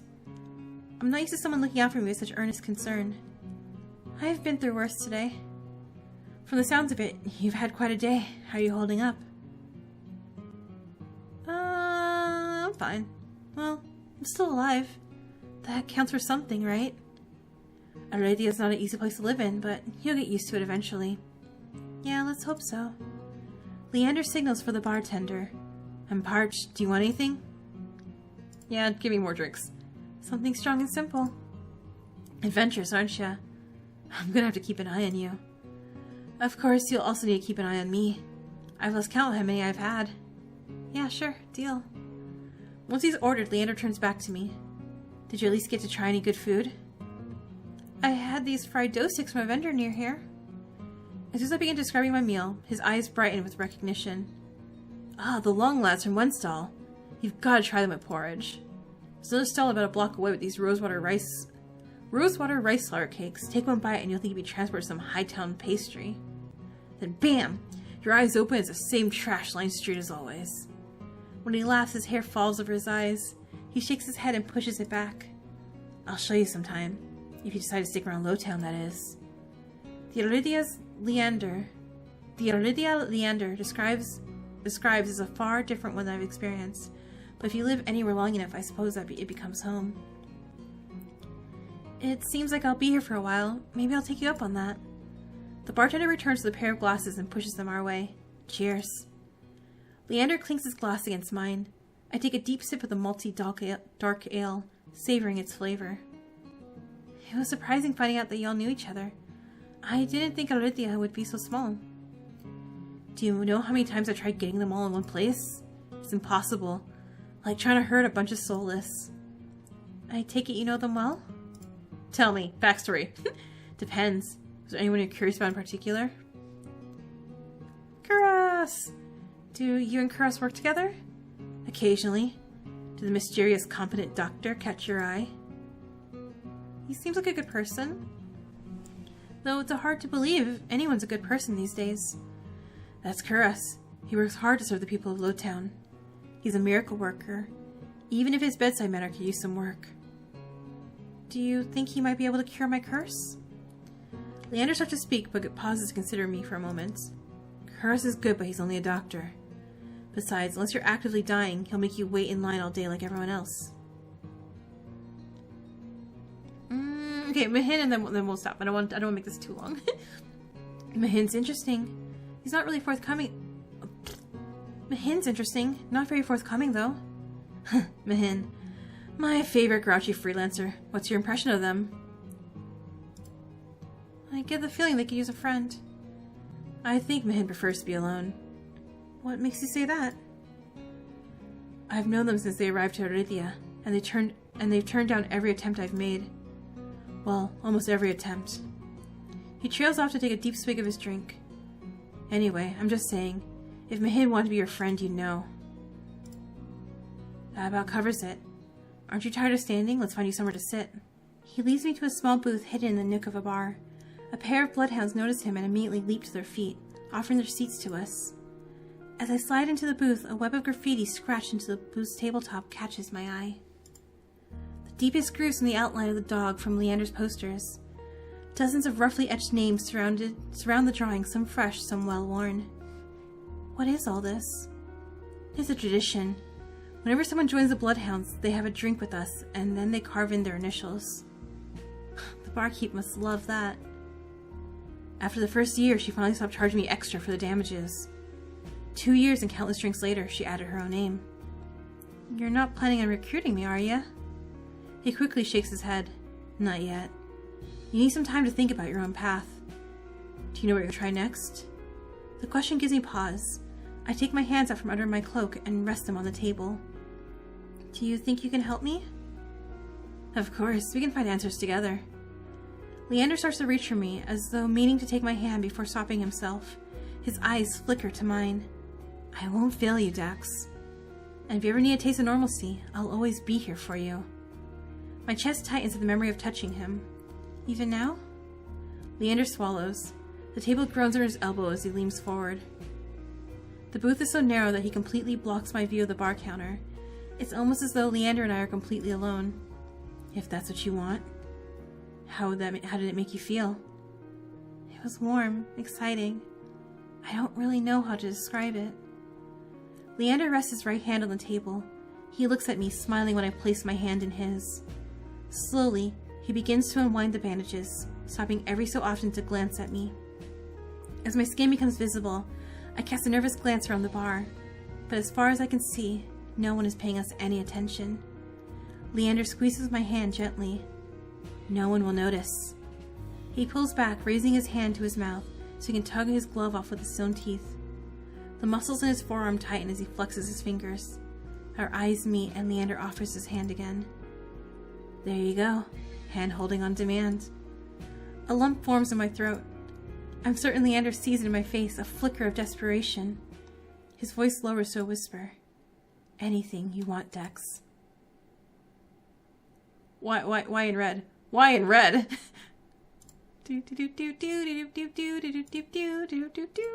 Touch his face. I blurt out the first request that comes to mind.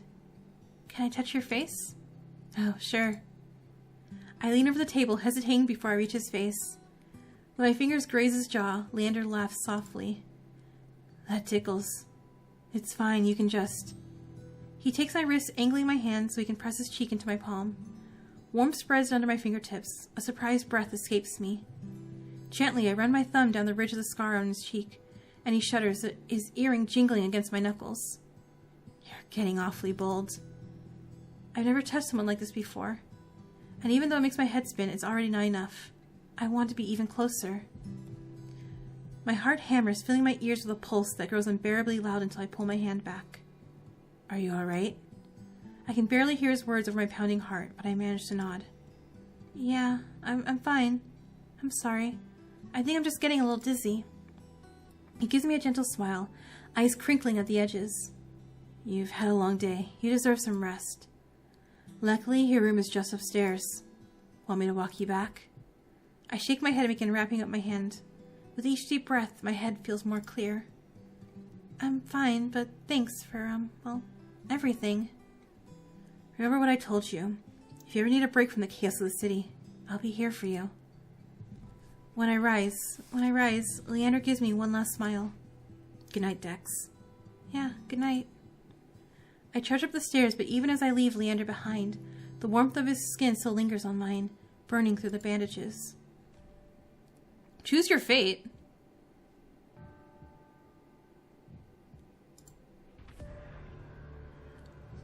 Leander. Leander offers you something that should be impossible. A taste of normalcy free of your curse. As the first person to withstand your touch, he could change your life. But some things are too good to be true. Leander promises to help unravel your curse, but at what cost? Thank you for playing. Okay, like, that was an extremely good demo. I am so excited for this. Also, if you want to try it out, again, links in description.